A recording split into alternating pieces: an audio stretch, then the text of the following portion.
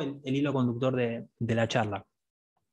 Vamos a empezar con el primer término, que es un término que hoy en día, y ya empiezo por el final, todavía me cuesta encontrar una definición que se acerque a lo que yo considero que es conservación.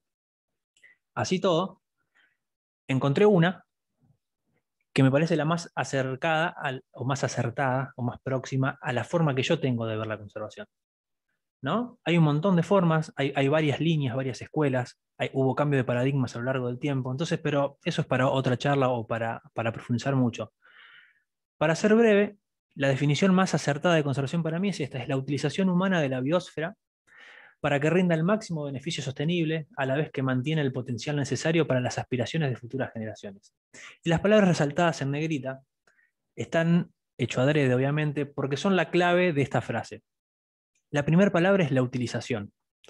Y cuando hablamos de utilización, es que para hacer conservación efectiva, de vuelta repito que desde mi punto de vista, es importante ver a todos los seres vivos, o a cada uno de, digamos, de los componentes de la biosfera, mejor dicho, como un recurso, ¿no? Por eso, por eso está la palabra utilización.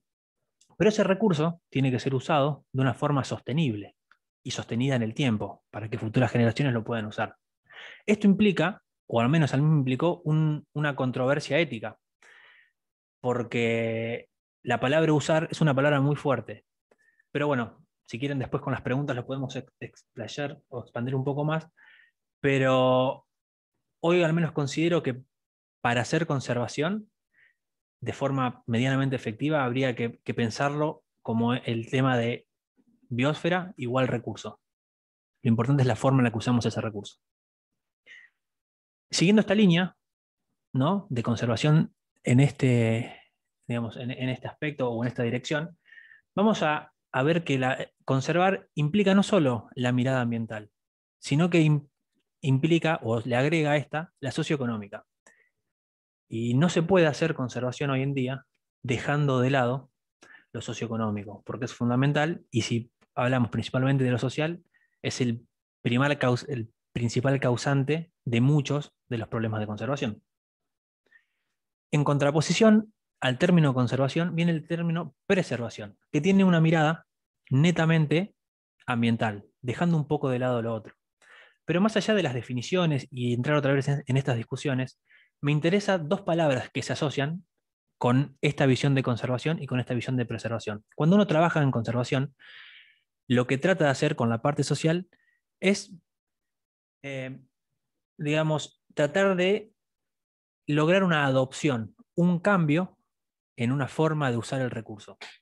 Pero este cambio tiene que tener características. Este cambio tiene que ser mínimo igual, idealmente mejor al que ya existía, porque nadie va a ganar, por ejemplo, el mismo dinero o la misma cantidad de dinero con más esfuerzo, ¿no? O ganar menos dinero con el mismo esfuerzo. Lo que va a proporcionar ese cambio, que es por propia voluntad, esa adopción de la nueva utilización del recurso, es una propuesta concreta que sea beneficiosa para ambas partes, la social y la ambiental.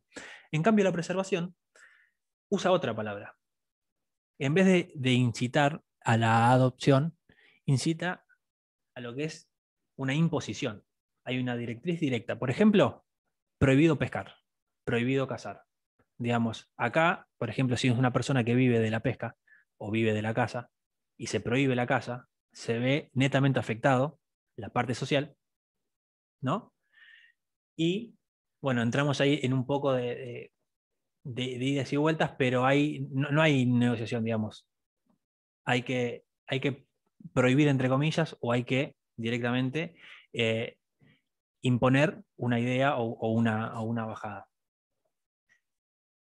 Pero volviendo un poquito al término de conservación, voy a hacer diferencia entre dos cosas, lo que son ciencia de la conservación y conservación, digamos, vamos a decirle posta, si fuera académicamente, conservación sensu estricto.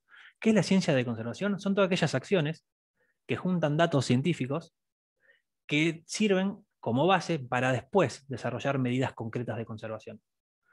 Hay en la foto hay ejemplos, publicaciones científicas, ecografías para saber, por ejemplo, el ciclo reproductivo de un tiburón, rastreadores satelitales para saber los movimientos, usos de hábitat de las diferentes especies, pero son cosas que por sí solas no hacen conservación. pero sí sientan las bases y son súper necesarias para después hacer conservación. Y cuando hablamos de conservación sensu estricto o acciones concretas de conservación, estamos hablando más de este tipo de cosas. Por ejemplo, el diseño y la implementación de un área protegida, como puede ser Yaganés y Burguk 2, que son dos áreas recientes en nuestro país, en el sur de nuestro país. Hablamos de la parte de concientización y sensibilización. Hablamos de, por ejemplo, un programa de cría y reintroducción, como el ejemplo que nos daba ayer Tomás con él y las ranas. O rehabilitación de algún ejemplar que esté lastimado o enfermo y su posterior reintroducción. Estas son acciones concretas, pero muchas veces para hacer cosas como por ejemplo los parques o las áreas protegidas, es necesario lo anterior. Digamos, uno necesita de lo otro. Pero lo que sí, que si hacemos solo ciencia de conservación y eso no se aplica, queda en la nada. Y eso es muy importante para tener en cuenta.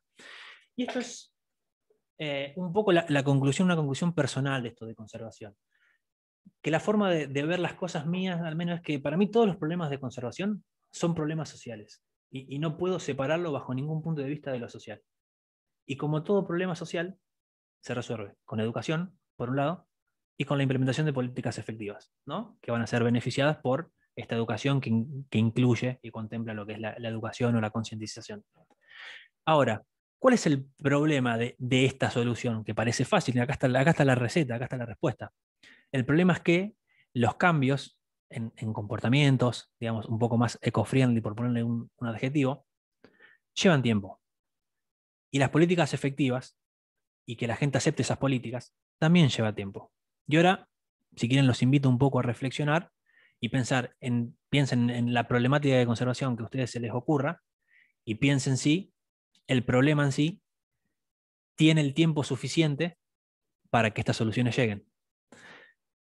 Probablemente muchos piensen que no, o al menos yo pienso que para las cosas que se me están viendo en la cabeza ahora no alcanza el tiempo que tenemos hasta que se termine de romper.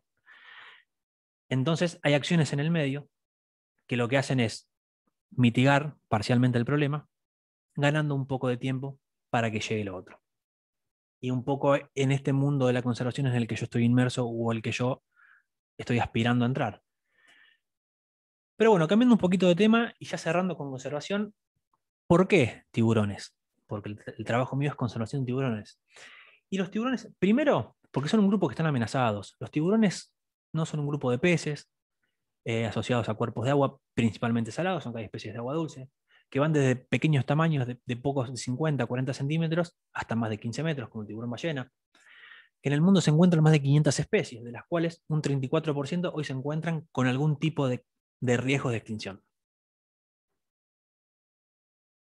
Cuando hablamos de esto de riesgo de extinción, para explicarlo rápido, diferentes instituciones tienen diferentes categorías. Una de las más comunes es la que saca la Unión Internacional para la Conservación de la Naturaleza, las siglas IUCN en inglés, que lo que hace es, en función a la biología de los animales, ciclo reproductivo, cantidad, longevidad, cantidad de crías, y las condiciones socioambientales de los lugares que habitan, sacan una especie de cálculo con un número y ese número los pone en una categoría. Las categorías van desde dentro de las que tienen algún tipo de cuidado, desde preocupación menor, si pasando a casi amenazados. Estas dos son especies que no tienen un problema hoy, pero sí hay que mirarlo porque pueden tenerlo.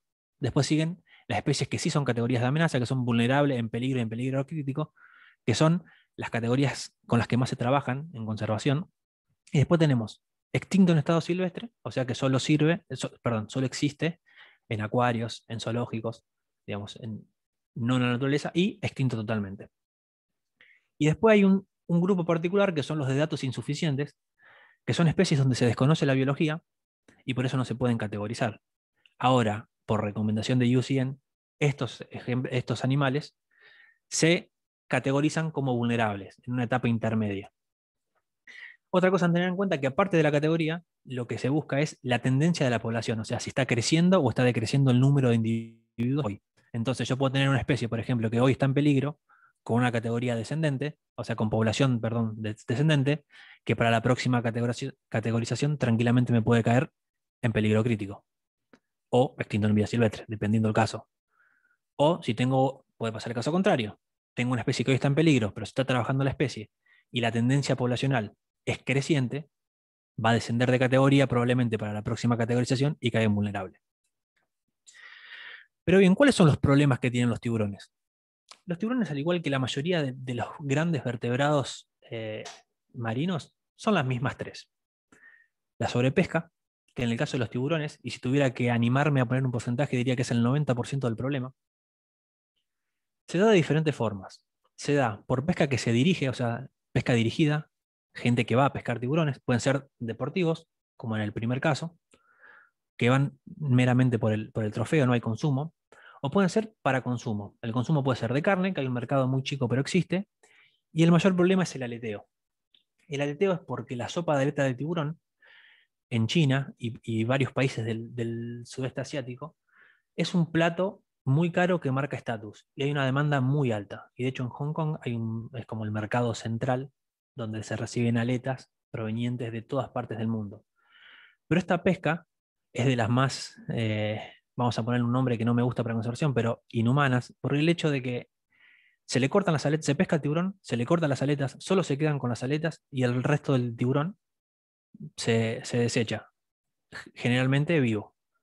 Entonces es una práctica, digamos, bastante cruel y que lleva un problema de conservación importante. Pero sí todo, el aleteo no es el principal problema de pesca. El principal problema es la pesca no dirigida, la pesca accidental, que en inglés se llama bycatch. Este es el principal problema de todas las especies de grandes animales marinos. Porque los artes de pesca que se usan para otras especies de objetivos, como generalmente peces óseos con escama, como puede ser por ejemplo en Argentina la merluza, usan artes de pesca que se llaman no selectivos. ¿Qué quiere decir? Que agarra lo que venga. Entonces cuando se arrastra, cuando se pone en redes esperando a ver qué cae y demás, no se elige qué animal va a caer. Cae todo, y de todo lo que cae solo se selecciona lo que sirve. Y el resto queda como captura incidental. Y ese es el mayor problema que tienen hoy en día los tiburones, al igual que los delfines, algunas ballenas, las tortugas marinas, algunos grandes peces, como pueden ser los peces espadas o los marlines. Entonces, el bycatch es el principal problema si yo tuviera que elegir uno de todos los que complican la situación actual de los tiburones. Y los otros dos problemas que se llevan al 10% y que no me voy a detener mucho a explicar son la contaminación y deterioro del hábitat y el calentamiento global al ritmo que viene siendo. Que hoy no son un problema, pero si esto sigue así, en años futuros van a ir aumentando, digamos, ese porcentaje, ese 10% que le estoy agregando ahora. Pero bueno, eso es, por un lado, los tiburones están amenazados. Pero otro, ¿por qué es importante que haya tiburones en el agua? ¿Por qué da más miedo un mar sin tiburones que un mar repleto de tiburones? Y básicamente, y volvemos a la primaria, y los invito a la famosa cadena alimenticia, donde el depredador tope se come al animal que es más chico, que en este caso lo vamos a llamar mesodepredador, que puede ser, por ejemplo, una barracuda, que esta se come a un pez más chico que termina comiendo un productor. ¿No? Acá estoy dejando fuera el plancton, estoy dejando fuera los descomponedores, pero esto es simplemente para que se entienda, la cadena, que igual sabemos que en realidad esto no es una cadena, sino que es una red, digamos, es todo un sistema mucho más complejo, donde, digamos, el depredador tope puede comer algún consumidor primario, hay diferentes tipos de relaciones entre diferentes tipos de eslabones en la red. Pero ¿cuál es el problema de los tiburones? ¿Qué pasa si, por ejemplo, a nuestra cadena simple desaparecen los tiburones? Que son quienes se comen a nuestros mesodepredadores. Lo que va a pasar es que la población, la cantidad de individuos de mesodepredadores va a aumentar de forma desmedida o de forma muy grande. ¿Y qué va a pasar cuando los mesodepredadores aumentan? Y van a necesitar más comida porque son más cantidad. ¿A quiénes se comen? A los consumidores primarios. Entonces, ¿qué va a pasar con los consumidores primarios? También van a desaparecer. Y cuando desaparezcan los consumidores primarios, los mesodepredadores también se van a quedar sin comida. Entonces, lo que va a terminar pasando es un colapso del sistema, ¿no? Cuando se altera el equilibrio por la ausencia de una especie, hay dos opciones. O el sistema desaparece o el sistema busca un nuevo equilibrio. Pero está comprobado que cuando el que desaparece o los que desaparecen son los depredadores tope, los principales reguladores de los números de las poblaciones de otras especies, los sistemas no buscan un nuevo equilibrio, sino que colapsan y se transforman en cosas que hoy denominamos grandes desiertos submarinos, donde antes estaban repletos de vida.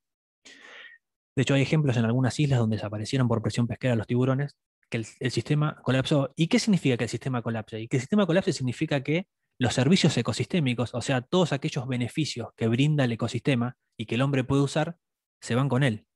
Entonces, la pérdida no es solo ambiental, también es socioeconómica para quienes viven de los servicios ecosistémicos. Si lo pensamos en dinero, si lo pensamos, por ejemplo, como dijo ayer Florencia, en los humedales, que los humedales, por ejemplo, protegen contra las inundaciones, es otro servicio que se perdería. No en el caso puntual de los ecosistemas de los tiburones, pero sí hay parte, a lo que voy es que hay parte económica y otra parte es que son beneficios no netamente económicos que también se obtienen de los ecosistemas, en este caso marinos. Pero bien, y yendo un poco al cómo trabajamos, ya vimos qué es lo que se hace, el por qué y para qué.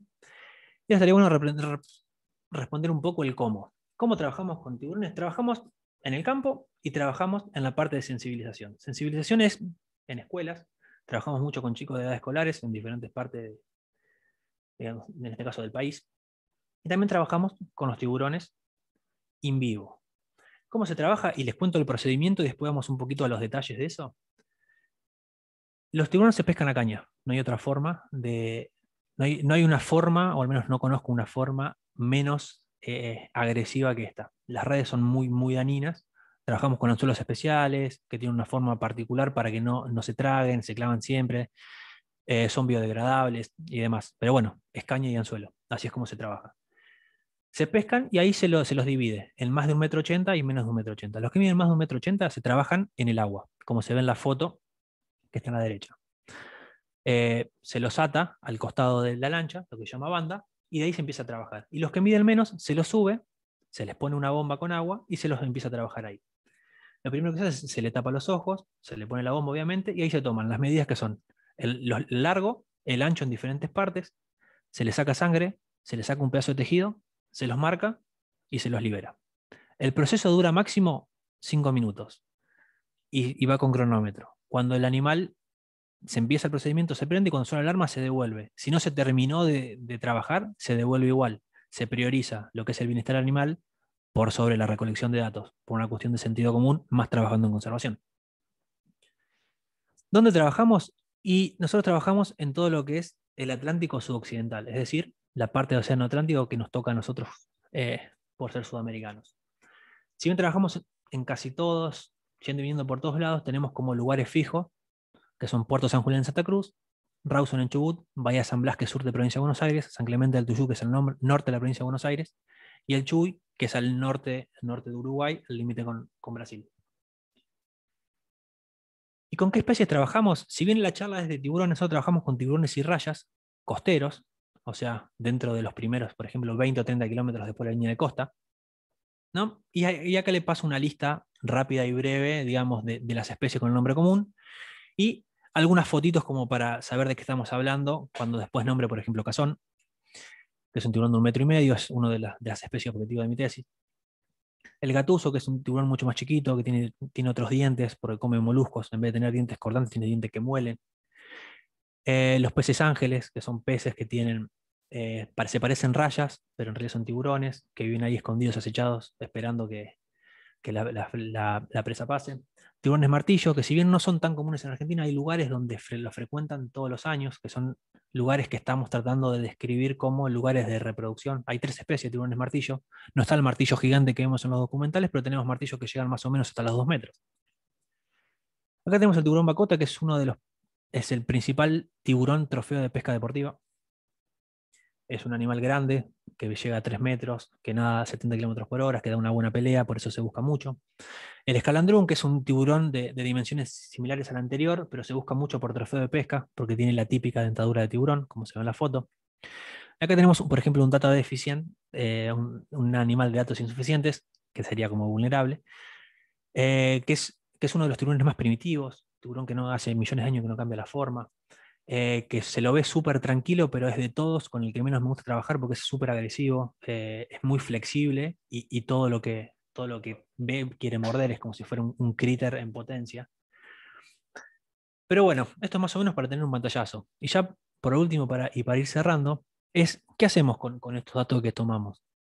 Acá les voy a contar brevemente 2 de los proyectos en los que yo trabajo. Uno es mi tesis, que justamente es genética de poblaciones.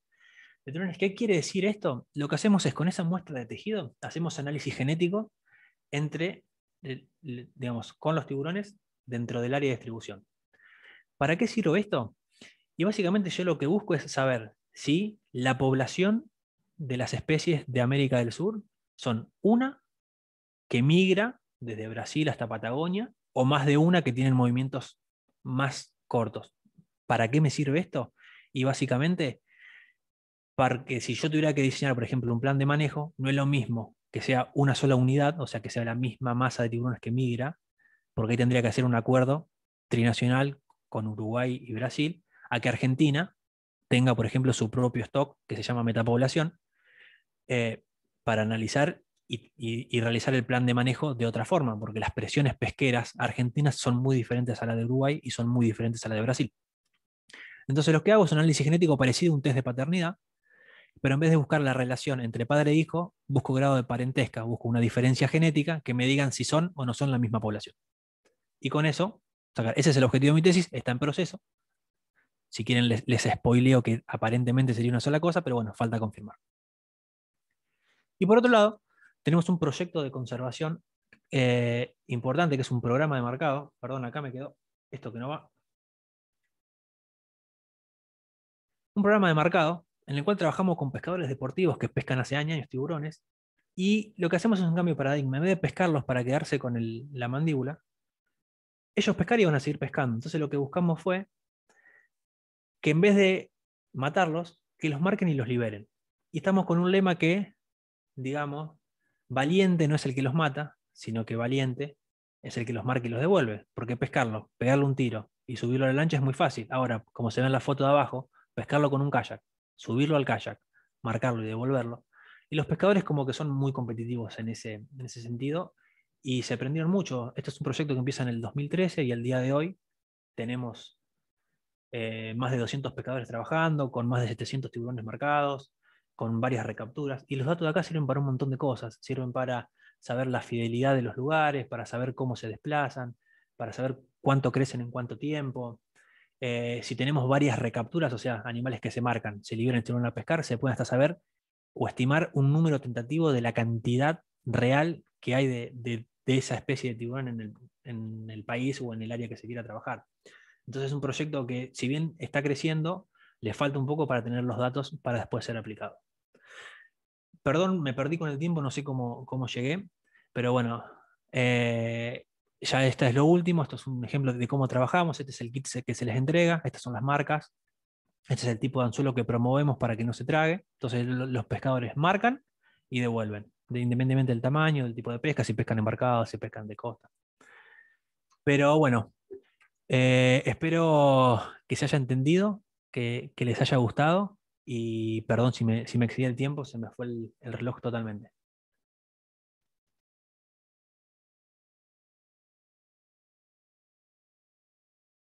Ay, Sofi, no se te escucha. Mientras hablo Ahora yo. sí, ¿no? Sí. Bien. Te decía que estuviste re bien de tiempo, Sebastián. Eh, Muy interesante la charla. Los invito a todos, si quieren hacer preguntas, pueden prender sus micrófonos, pueden hacer las preguntas en el chat. Sí, sí, re bien de tiempo. No sé si te apuras o qué, pero estaba re bien. Bueno, estaba ahí, se me complicó meter todo en 20 minutos. Sí, Yo sí. Sí, quiero es un hacer montón de una, información. quiero hacer una consulta, Sebastián. ¿Cómo Sí, estás? Súper interesante la charla, a mí me encanta la conservación, así que me parece genial. Quería preguntarte cómo reaccionó la población pesquera con tu proyecto. O sea, vos dijiste que por lo menos con el tema de mercado, bastante bien, pero supongo que fue un tema al principio, ¿no? total, porque lamentablemente no voy a hablar como biólogos en general y no sé, no me da mucho el ego para decirlo, pero la vieja escuela de biólogos, vamos a decir, dejó una muy mala imagen con la mayoría de los pescadores en el territorio argentino. Sí, Digamos, sí. muchos pescadores, Confirmo.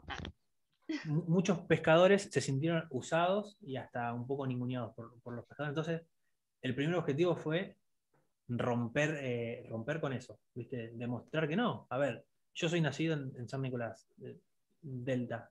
Me gusta pescar, voy a pescar cada vez que puedo, digamos, y manejamos un mismo idioma, digamos. Eh, te puedo enseñar cómo hacer un nudo, hablamos de marcas de anzuelo, hablamos de marca de caña, tipo de reel. Entonces, hasta que se dan cuenta que vos no estás ahí para fiscalizar nada, digamos, porque piensan eso, biólogo viene a prohibir. Y en realidad no, pará, yo quiero ver cómo está la cosa, para después vemos si prohibimos, si cambiamos. Entonces, hay que hacer un trabajo muy fino, muy... A mí me llevó, por ejemplo, a San Blas, que es el paraíso del pescador, que es un lugar súper complicado porque hay nada, toda una mafia asociada. Una mafia no, es palabra fea, pero hay un contexto sociopolítico complejo con los pescadores.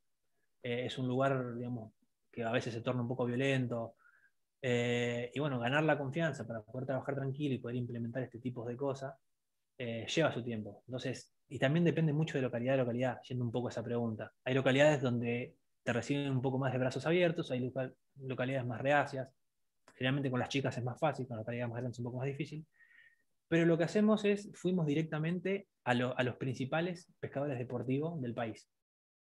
Una vez que tenés a ellos, ellos te promocionan, ya vas recomendado por, ya es un poquito más ameno. Entonces, muchas de las personas que ingresan al proyecto, de hecho, si quieren pueden buscarlo en Facebook como Proyecto Conservar Tiburones, ahí se publican toda la información.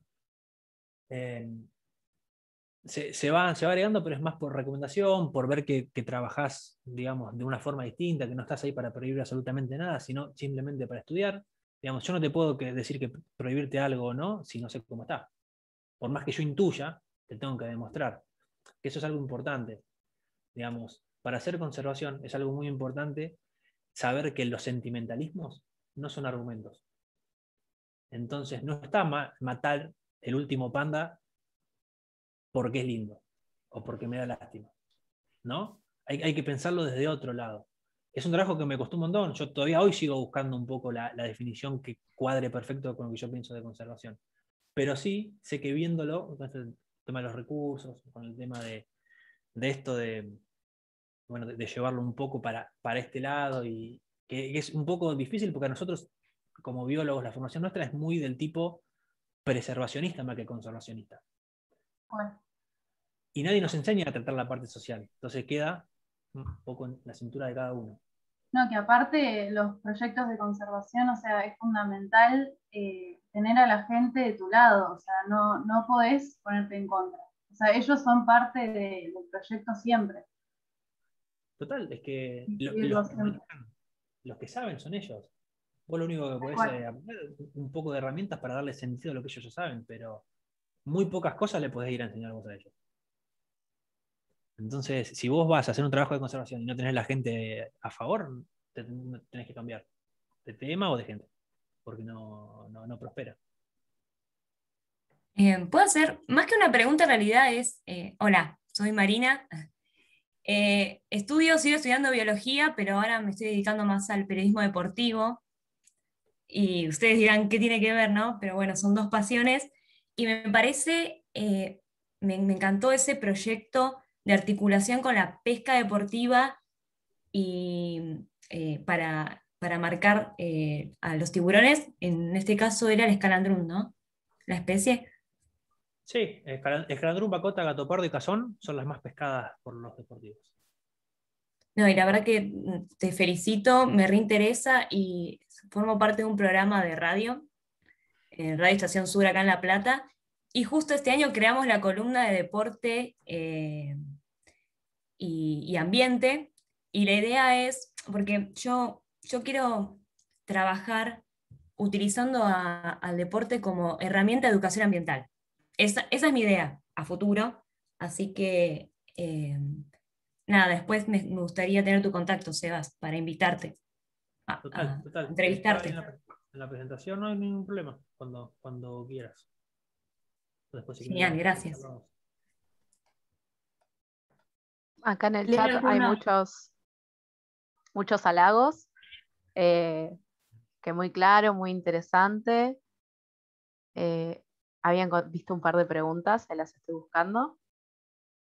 Acá Juan dice, es buenísima la táctica de la marcación en vez de la matación. Total. Mira, tuve la suerte de trabajar en diferentes partes del mundo, casi siempre con pescadores, y si hay algo en común que tienen todos los pescadores es el ego. y la pelea por quién es más osado o quién. Y tiene mucho, y en la página o en los grupos de WhatsApp que tenemos con los pescadores y demás, se ve mucho el chicaneo de marqué un bacota de 2.30. Y se enganchan por ese lado y como que el bichito de la conservación se va metiendo un poco desde esa competencia para pescadores deportivos. Pescadores artesanales o pescadores industriales es otro cantar porque es otro uso que se le da al recurso, totalmente diferente. Digamos, pero sí. Acá Cande dice, me encantó la mirada integral para pensar la conservación, las múltiples dimensiones que atender para que sea sustentable la continuidad y propuestas de conservaciones de especies. Excelente y muy disfrutado escucharte. También Belén dice, una consulta. ¿Argentina practica el aleteo? Tengo entendido que no hay registros de exportación, pero hay países que notifican que reciben aletas de Argentina. ¿Esto es así? Argentina, vamos a hablar oficialmente, no hay aleteo en Argentina. Extraoficialmente hay algo de aleteo de Argentina, pero los números de aleteo no son relevantes ante, digamos, la muerte por captura incidental, por ejemplo, digamos. Sí está, sí existe, pero no es algo a tener en cuenta hoy, al menos en Argentina, desde lo que nosotros sabemos. Pero, por ejemplo, Uruguay sí practica aleteo. Y si, por ejemplo, volviendo un poco a mi tesis, es una misma masa de tiburones que migra, y en Uruguay se agarra para aleteo, digamos, estamos un poco en esa. Por eso la situación real hoy, al menos desde lo que nosotros trabajamos en el laboratorio, estamos en plena etapa de ciencia de la conservación, para después poder implementar algunas cositas de estas y ver de qué manera manejar a la especie de vuelta como recurso y de forma sostenible y sostenida en el tiempo.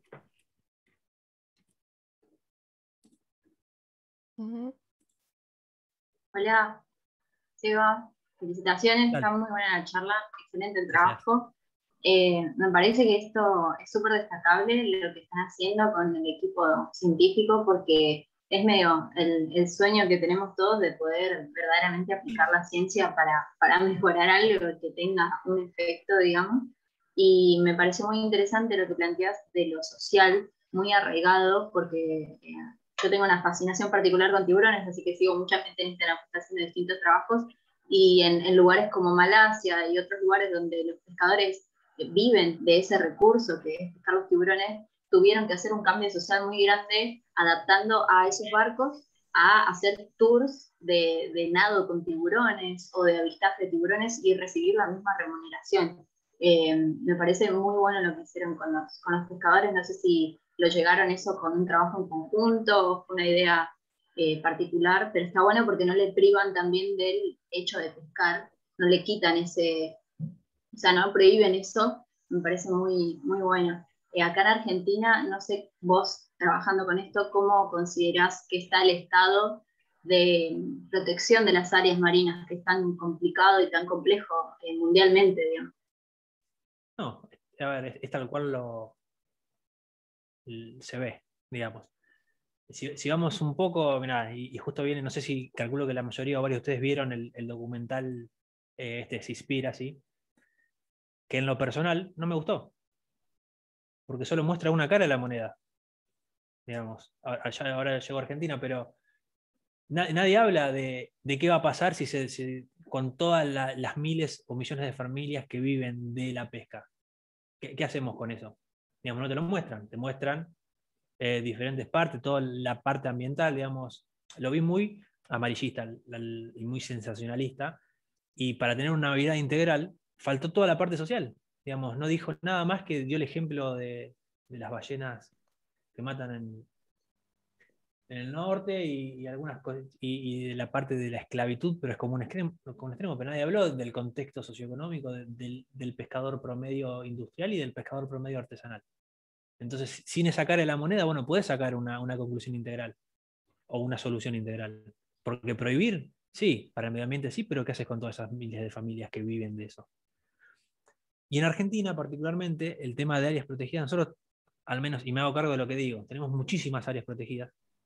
De hecho, durante el gobierno de Macri se duplicaron los kilómetros cuadrados de área protegida en el país, que se hizo mediante los últimos 2 parques que se agregaron al mar. Pero son parques de papel, digamos, y muchas veces la necesidad de tener una aceptación política lleva a proteger por demás cosas que terminan complicando, ¿no? Porque por ahí, al tener vos un... ¿Por qué pasa? A ver, el que hace las cosas ilegales, no pasa nada. La va a seguir haciendo, sea una área protegida, no sea una protegida, sea lo que fuere. Pero para el que quiere hacer las cosas bien, son todas trabas. Te doy un ejemplo claro. Este verano, en San Clemente aparecieron un par de franciscanas muertas. Y como la franciscana hace un par de meses se declaró como monumento natural, que es la máxima figura de protección que se le puede dar a algo en provincia de Buenos Aires, no nos dejaron tocarla directamente. Y son ejemplares que para la ciencia hubieran servido un montón porque se puede haber unido por parásitos, por enfermedades, muestra de tejido. Se podría haber hecho un montón de cosas con un animal que ya estaba muerto. Se pudrió ahí. Entonces, impiden un poco. Entonces hay que tener mucho cuidado de cómo se conserva, para qué se conserva y de qué forma. Y hay que tener cuidado, de vuelta, en lo que yo considero no caer en lo que es preservación, porque la preservación está demostrado que no sirve. No sirve con la idiosincrasia argentina o con la idiosincrasia media mundial, si se quiere. No sirve. No sirve porque demostró que cuando Buenos Aires prohibió la caza, o se puso muy restrictivo con la caza, en la caza menor, digamos, lo que pasó fue un aumento real de la caza. ¿Por qué? Porque el cazador va a seguir cazando. Eso vos no lo podés, al menos en esta generación no lo podés solucionar. Lleva mucho tiempo. Pero vos prohibiste la caza, entonces entre tantas trabas burocráticas ya fue el agua ilegal, lo hago de furtivo. Entonces, sí, bajó la caza legal, pero la furtiva se te disparó. Y la caza neta, la real, fue mucho más grande. Entonces, una medida preservacionista termina complicando el estado de conservación de determinados bichos. Entonces, Argentina es muy complejo y habría que ver punto por punto.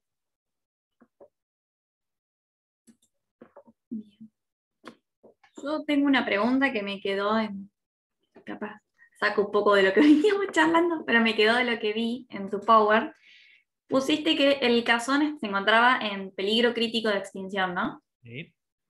Ahora, mi pregunta es, digamos, uno va a la pescadería y encuentra cazón. ¿Ese cazón es de criadero o es de pescado libre del mar? No existen criaderos de tiburones, Entonces, todo. pero tampoco existe una figura legal que proteja a la pesca de cazón, digamos.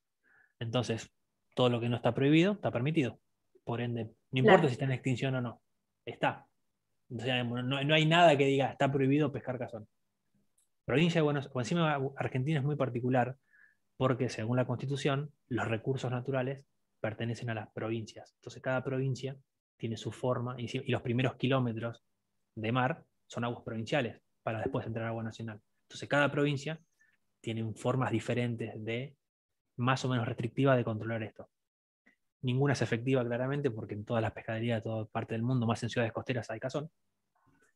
Pero, digamos, no está prohibido. Entonces no es ilegal. Lo único que hay en Buenos Aires, por ejemplo, la única ley que es casi una ridiculez, está prohibido pescar cualquier tiburón que mida más de 1,60 m.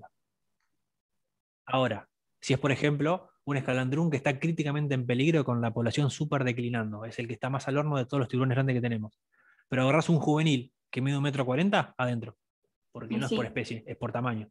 Son esas locuras que aparecen acá en Argentina que no tienen mucho sentido. Sí tienen sentido. Por 1,60 m porque el cazón no llega a 1,60 m. Y antes se pescaba mucho cazón porque el hígado produce mucha vitamina A. Entonces se lo usaba, también le dicen tiburón vitamínico por eso, porque se lo usaban para eso. Entonces, con esa medida, todos los cazones que entraban. Pero a fines prácticos de conservación no sirve para nada. Claro. Bien. Bueno, de vuelta, muchas gracias, Sebastián. Un montón de información y para seguir pensando también temas que se hablaron ayer con Tommy y con Flor, eh, sobre la conservación, qué es la conservación, la participación ciudadana en la conservación y lo importante que es poder articular siempre con la gente que vive y está en contacto con los ecosistemas que queremos conservar, ¿verdad? No se puede hacer conservación sin gente. Es Totalmente. tan simple como eso. Así que muchas gracias, un aplauso virtual. No, muchas gracias a ustedes por la invitación sobre todo. Y bueno, ahora vamos a pasar a un pequeño intervalo en el que pueden ir a recargar su bebida elegida. pueden pasar por el baño, hacer lo que necesiten, y les vamos a proponer como actividad para que, como les decía, quedarse, no se aburran tanto, 2 juegos que ahora voy a compartir en el chat.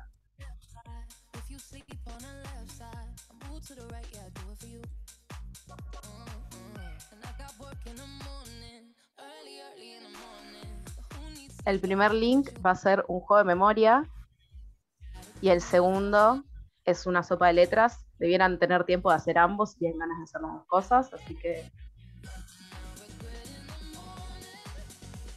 No, de memoria no, soy mala. No. Podés intentarlo, Mar. Ahí van, avísenme si los ven y si quieren nos pueden contar si están jugando. Voy a ver si no se me traba la compu. Sí. Porque me andan Jugando. dando medio mal. Jugando. Yo voy a ver si puedo acceder al ranking para ver quién gana.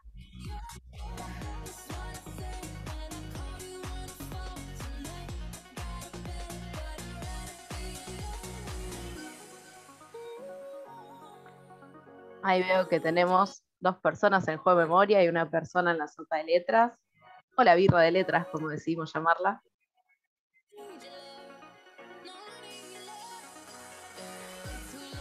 Ahí Yo no sé. pregunta en el chat qué juego. Es esos links que pasó Sofía ahí al chat. Por ahí Mica se fue, voy a repetir que para este intervalo proponemos 2 juegos, y si tuvieron ganas de quedarse frente a la compu o si ya resolvieron todas sus inquietudes de estos 10 minutos, que son un juego de memoria y una sopa de letras. Hay que apretar el link e ir a jugar. Eso es todo.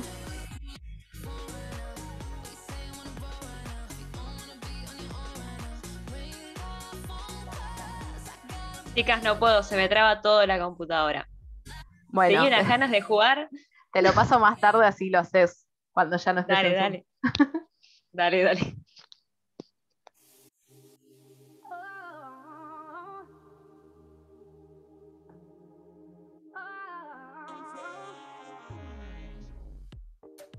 One foot in front of the other way, one breath leads to another, yeah.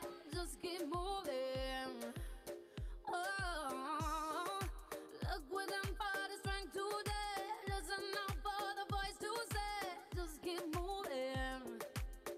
Oh, figure it out, but don't stop moving. Go, go, go, figure it out, you can do this.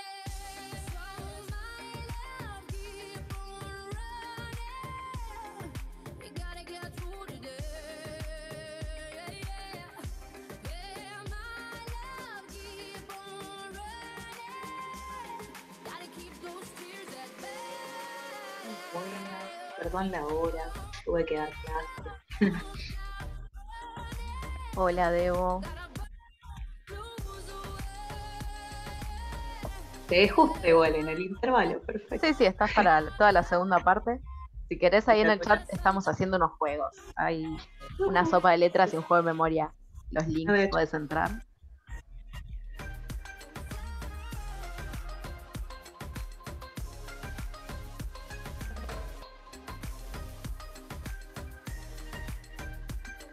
Se puso competitiva la cuestión. Acá Mica dice, no ven en el de memoria, cuánta frustración.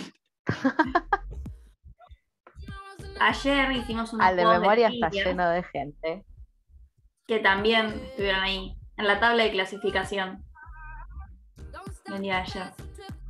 Nos quedó una trivia ahí pendiente.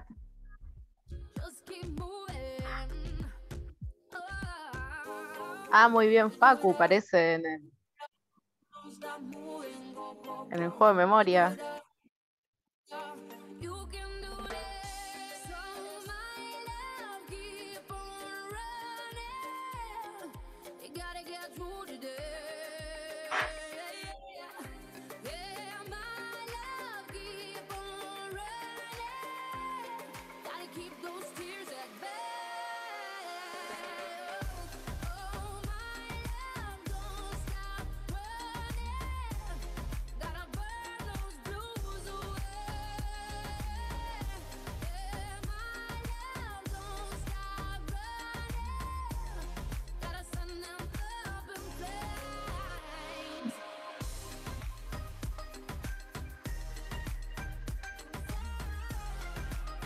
Sí, sí, los juegos están relacionados con las charlas.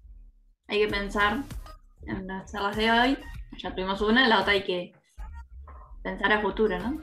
La temática más o menos la tenemos, entonces hay que pensar en esas palabras que les podrían haber quedado desde la charla, porque en la sopa de letras van palabras que hoy se mencionaron. A ver si prestaron atención o no, ¿viste? Ustedes vinieron a relajarse y nosotras tomamos exámenes, así. Sí, sí.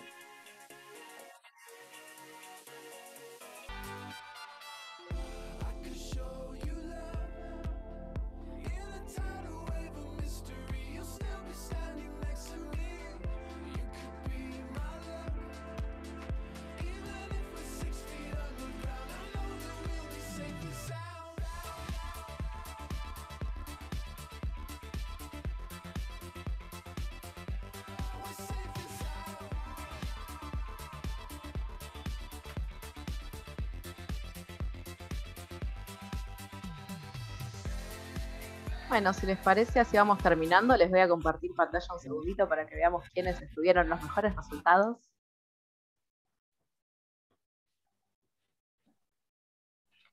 En este juego del día de hoy.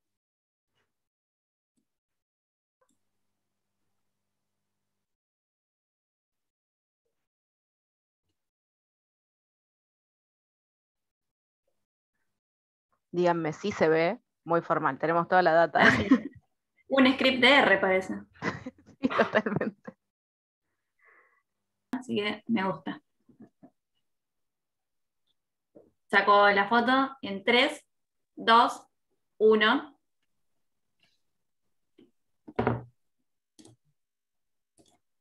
Esperen que hago otra más porque tengo 2 pantallas.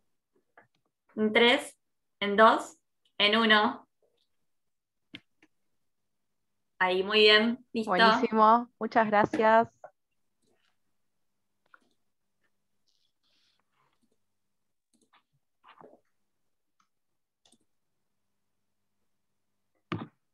Bueno, así que ahora sí retomamos la segunda parte. Les recordamos que si quieren publicar en redes sociales, contar que están participando, en todas pueden usar nuestros hashtags, que son hashtag PINT21 y hashtag PINT21AR, y también arrobar a nuestras redes oficiales, que son @PintOfScienceAR.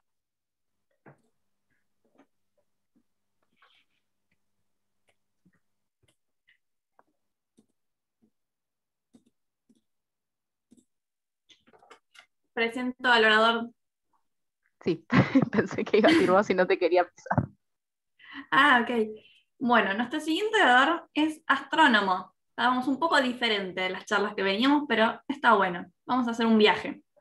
Astrónomo del UNLP, especialista en geodesia espacial, director del planetario del UNLP, que de paso les recomiendo que vayan, y presidente de la Asociación de Planetarios de América del Sur, investigador, docente y divulgador de las ciencias espaciales.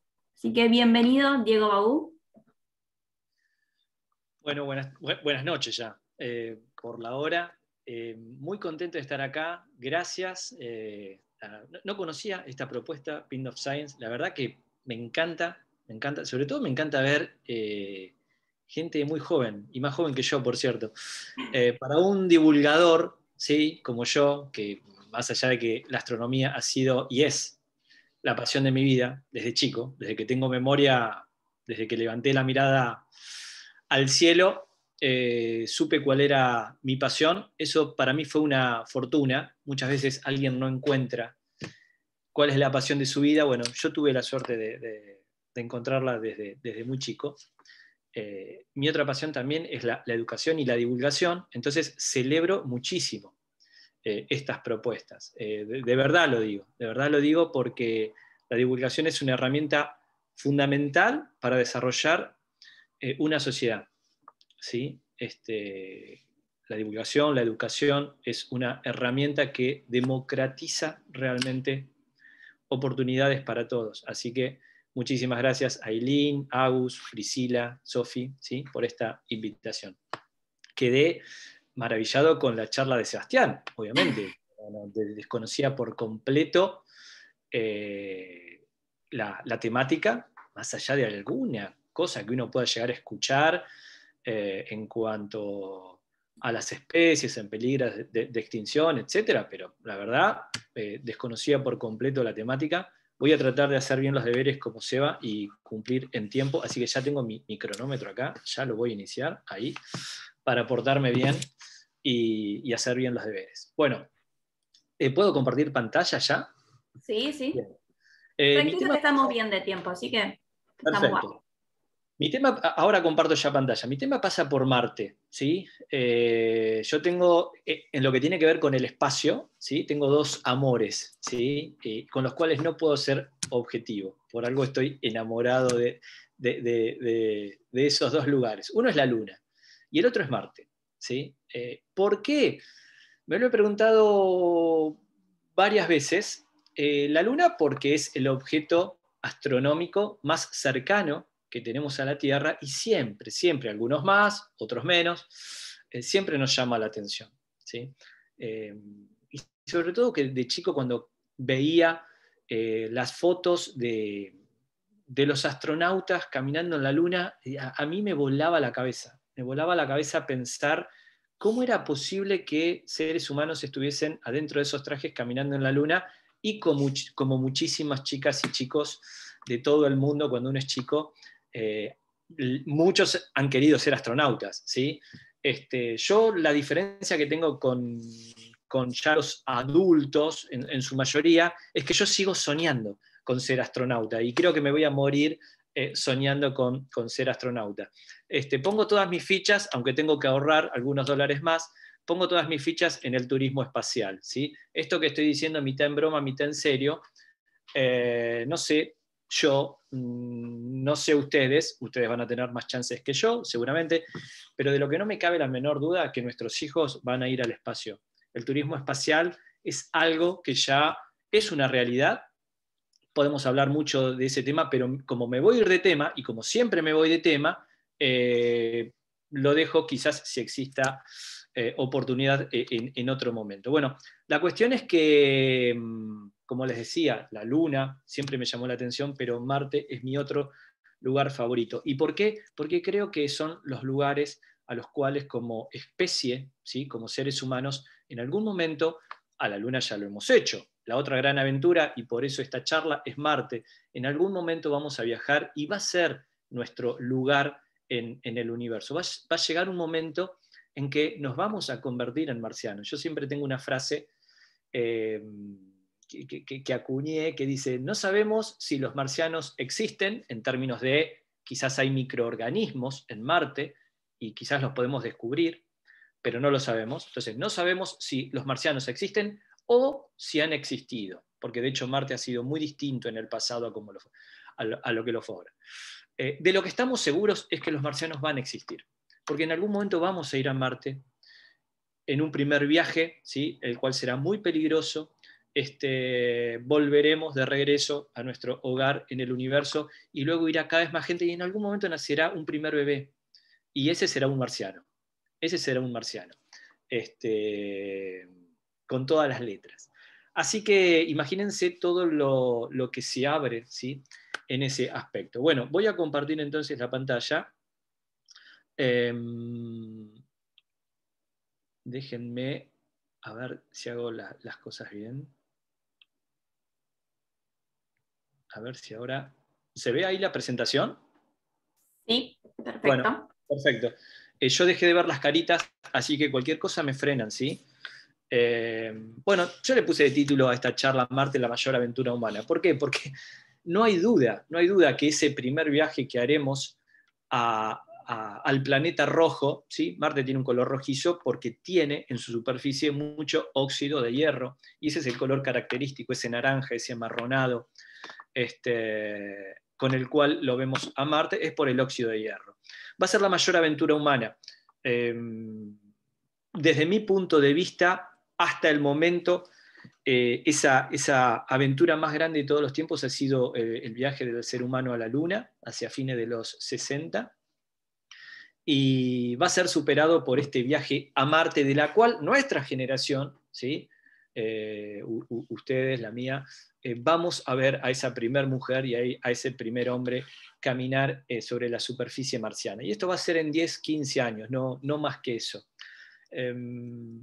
Acá les presento a Marte. Esta es una de las fotos que más me gusta. Como pueden ver, es un planeta muy craterizado, ¿sí? Hay muchos cráteres de impacto. Los cráteres de impacto son los famosos pozos que hay, que cuando uno ve la Luna, con un telescopio, por supuesto que ve muchísimas características de la Luna craterizada, pero incluso con un largavistas, con unos prismáticos, uno ya puede ver los cráteres de impacto, que básicamente son asteroides que caen desde el espacio hacia la superficie y hacen pozos más grandes, pozos más pequeños, de acuerdo al tamaño del asteroide, ¿sí? Bueno, con Marte pasa lo mismo.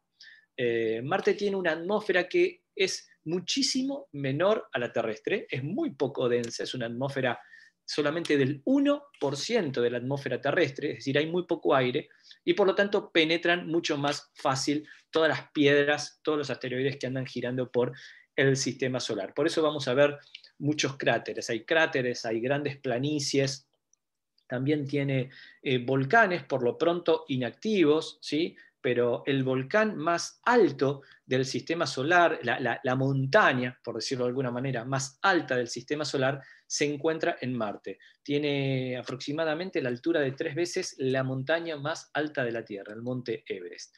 Así que bueno, una brevísima, mini presentación de Marte como para entrar en tema. Este es un fotomontaje de imágenes reales. Esa es una imagen real de la Tierra, tengo que decir que un poquito retocada, los colores, a ciencia cierta, y Marte en colores reales. Y está en la misma escala de tamaños. O sea que ahí pueden ver que más o menos Marte tiene en volumen, ¿sí? o en diámetro, más o menos la mitad de nuestro planeta. Es un planeta más chico que el nuestro. Bien, ¿dónde queda Marte? ¿Cuán lejos queda Marte? Bueno, acá yo tengo una foto como para que los platenses se puedan llegar a dar una idea de cuán lejos queda este planeta. Por supuesto que estoy hablando de distancias promedio. ¿Por qué? Porque ustedes saben que a medida que los planetas giran alrededor del Sol en el sistema solar, a lo largo de ese movimiento, de esos años, el año se define, ¿qué es el año? El año se define como una vuelta completa alrededor del Sol. Bueno, a medida que la Tierra cumple su año y Marte cumple también su año, Marte está más lejos del Sol que lo que está la Tierra, el año en Marte dura 2 años terrestres. Por lo tanto, combinando esos movimientos se encuentran continuamente a distintas distancias. Por lo tanto, vamos a elegir una distancia promedio. Bueno, miren, acá tenemos, en esta fotografía, ¿sí?, de Google Earth, tenemos en la parte de abajo la cancha, el estadio de Gimnasia y Esgrima, uno de los 2 clubes de nuestra ciudad, y más arriba van a ver como una esferita plateada, bien iluminada, y una especie de rectángulo blanco. Si yo muevo el cursor, ¿se ve la manito o no? Sí, se ve tu cursor. Sí. Ah, perfecto, bien. Bueno, acá arriba, este es el planetario. Todo esto es una partecita pequeña del observatorio, ¿sí?, de nuestra facultad. Nuestra facultad es la Facultad de Ciencias Astronómicas y Geofísicas. Y la parte más nueva es el planetario. Así que acá tienen la cúpula de nuestro planetario, que básicamente es una pantalla de cine 360, y todo esto es la terraza. Bueno, acá estas flechitas en realidad tendrían que estar corridas. Yo cuando agrandé la imagen después me olvidé de ubicarlas nuevamente. Pero bueno, imagínense que acá arriba de esta terraza tenemos a la Tierra y a la Luna, ¿sí? La Luna ubicada en uno de los costados de la cúpula y la Tierra en otro de los costados. Si esa fuese la distancia entre la Tierra y la Luna, Marte, ¿dónde se encontraría? Bueno, obviamente Marte no estaría dentro de esta fotografía. Yo lo ubico con la Luna porque si bien es, en términos astronómicos, acá al lado, está acá nomás, en términos reales queda lejos, queda a 384.000 kilómetros, algo así como medio millón, un poquito menos de medio millón de kilómetros. Y es el viaje más largo que ha hecho el ser humano en toda su historia, ¿sí? Hemos tardado, en su momento, cuando se viajó, se tardó 3 días y medio en llegar a la Luna. Bueno, Marte no entra en esa foto. Hay que agrandarla mucho más. Así que acá tenemos a todo el bosque platense, como pueden ver acá en el centro está el Museo de Ciencias Naturales, ya el estadio de gimnasia quedó un poquito más pequeño, acá tenemos el estadio de estudiantes para que no se enojen los pinchas, aunque todavía no estaba remodelado, acá está el hipódromo, arriba a la izquierda. Bueno, una vez que fíjense cómo quedó ya el planetario quedó muy chiquito, está acá la terraza, la Luna y la Tierra prácticamente estarían en el mismo punto, a escalas de esta fotografía. Bueno, Marte todavía no entra en esta foto, hay que agrandarla mucho más. Para ubicar Marte tenemos que ir ya directamente a todo el damero, ¿sí? el cuadrado principal de nuestra ciudad, y ahí estaría Marte, donde está esta flechita amarilla, cerca de las avenidas 13 y 38. Esta esquina de acá es 13 y 38. Miren lo lejos que queda Marte de la Tierra, ¿sí? Realmente es muy, muy lejos. Entonces, vale hacernos esta pregunta: ¿por qué Corno, ¿sí? nos interesa? ¿Sí? Digo Corno porque esto queda grabado después me van a decir cómo dijiste esa palabra. ¿Por qué nos interesa tanto ir a Marte? Y sobre todo, ¿con qué necesidad? Porque más allá de que es muy lejos, esto va a ser muy peligroso para los primeros viajeros, ¿sí? El espacio, viajar por el espacio es muy nocivo para el ser humano. Hay mucha radiación, no tenemos la protección de nuestra atmósfera terrestre, en fin, realmente es muy nocivo incluso para nuestros músculos. Nosotros estamos acostumbrados a vivir en un planeta en donde tenemos una gravedad y por lo tanto nuestro esqueleto tiene que hacer un esfuerzo, aunque uno ya lo hace de manera inconsciente, no nos damos cuenta que tenemos que hacer fuerza para soportar la gravedad de la Tierra. Ya estamos acostumbrados a este planeta. En gravedad cero, en un viaje, no vamos a tener esa gravedad y por lo tanto los músculos se atrofian, los huesos pierden mucho calcio, se genera un proceso acelerado de osteoporosis, ¿sí? Entonces realmente es muy nocivo. Entonces, ¿por qué ir a Marte? ¿Para qué? ¿Con qué necesidad? Bueno, la pregunta yo la encuentro en esta imagen, ¿sí? Representando una especie de antepasado muy, muy lejos en el tiempo, unos 100.000, 120.000 años. Tenemos que ir hacia los Australopithecus, ¿sí? Y desde que comenzamos a vagar por la faz de la Tierra y se comenzó a desarrollar nuestra especie, ¿sí? Como Homo sapiens, hubo algo que siempre tuvimos innato y fue preguntarnos. Siempre fuimos curiosos, somos curiosos por naturaleza.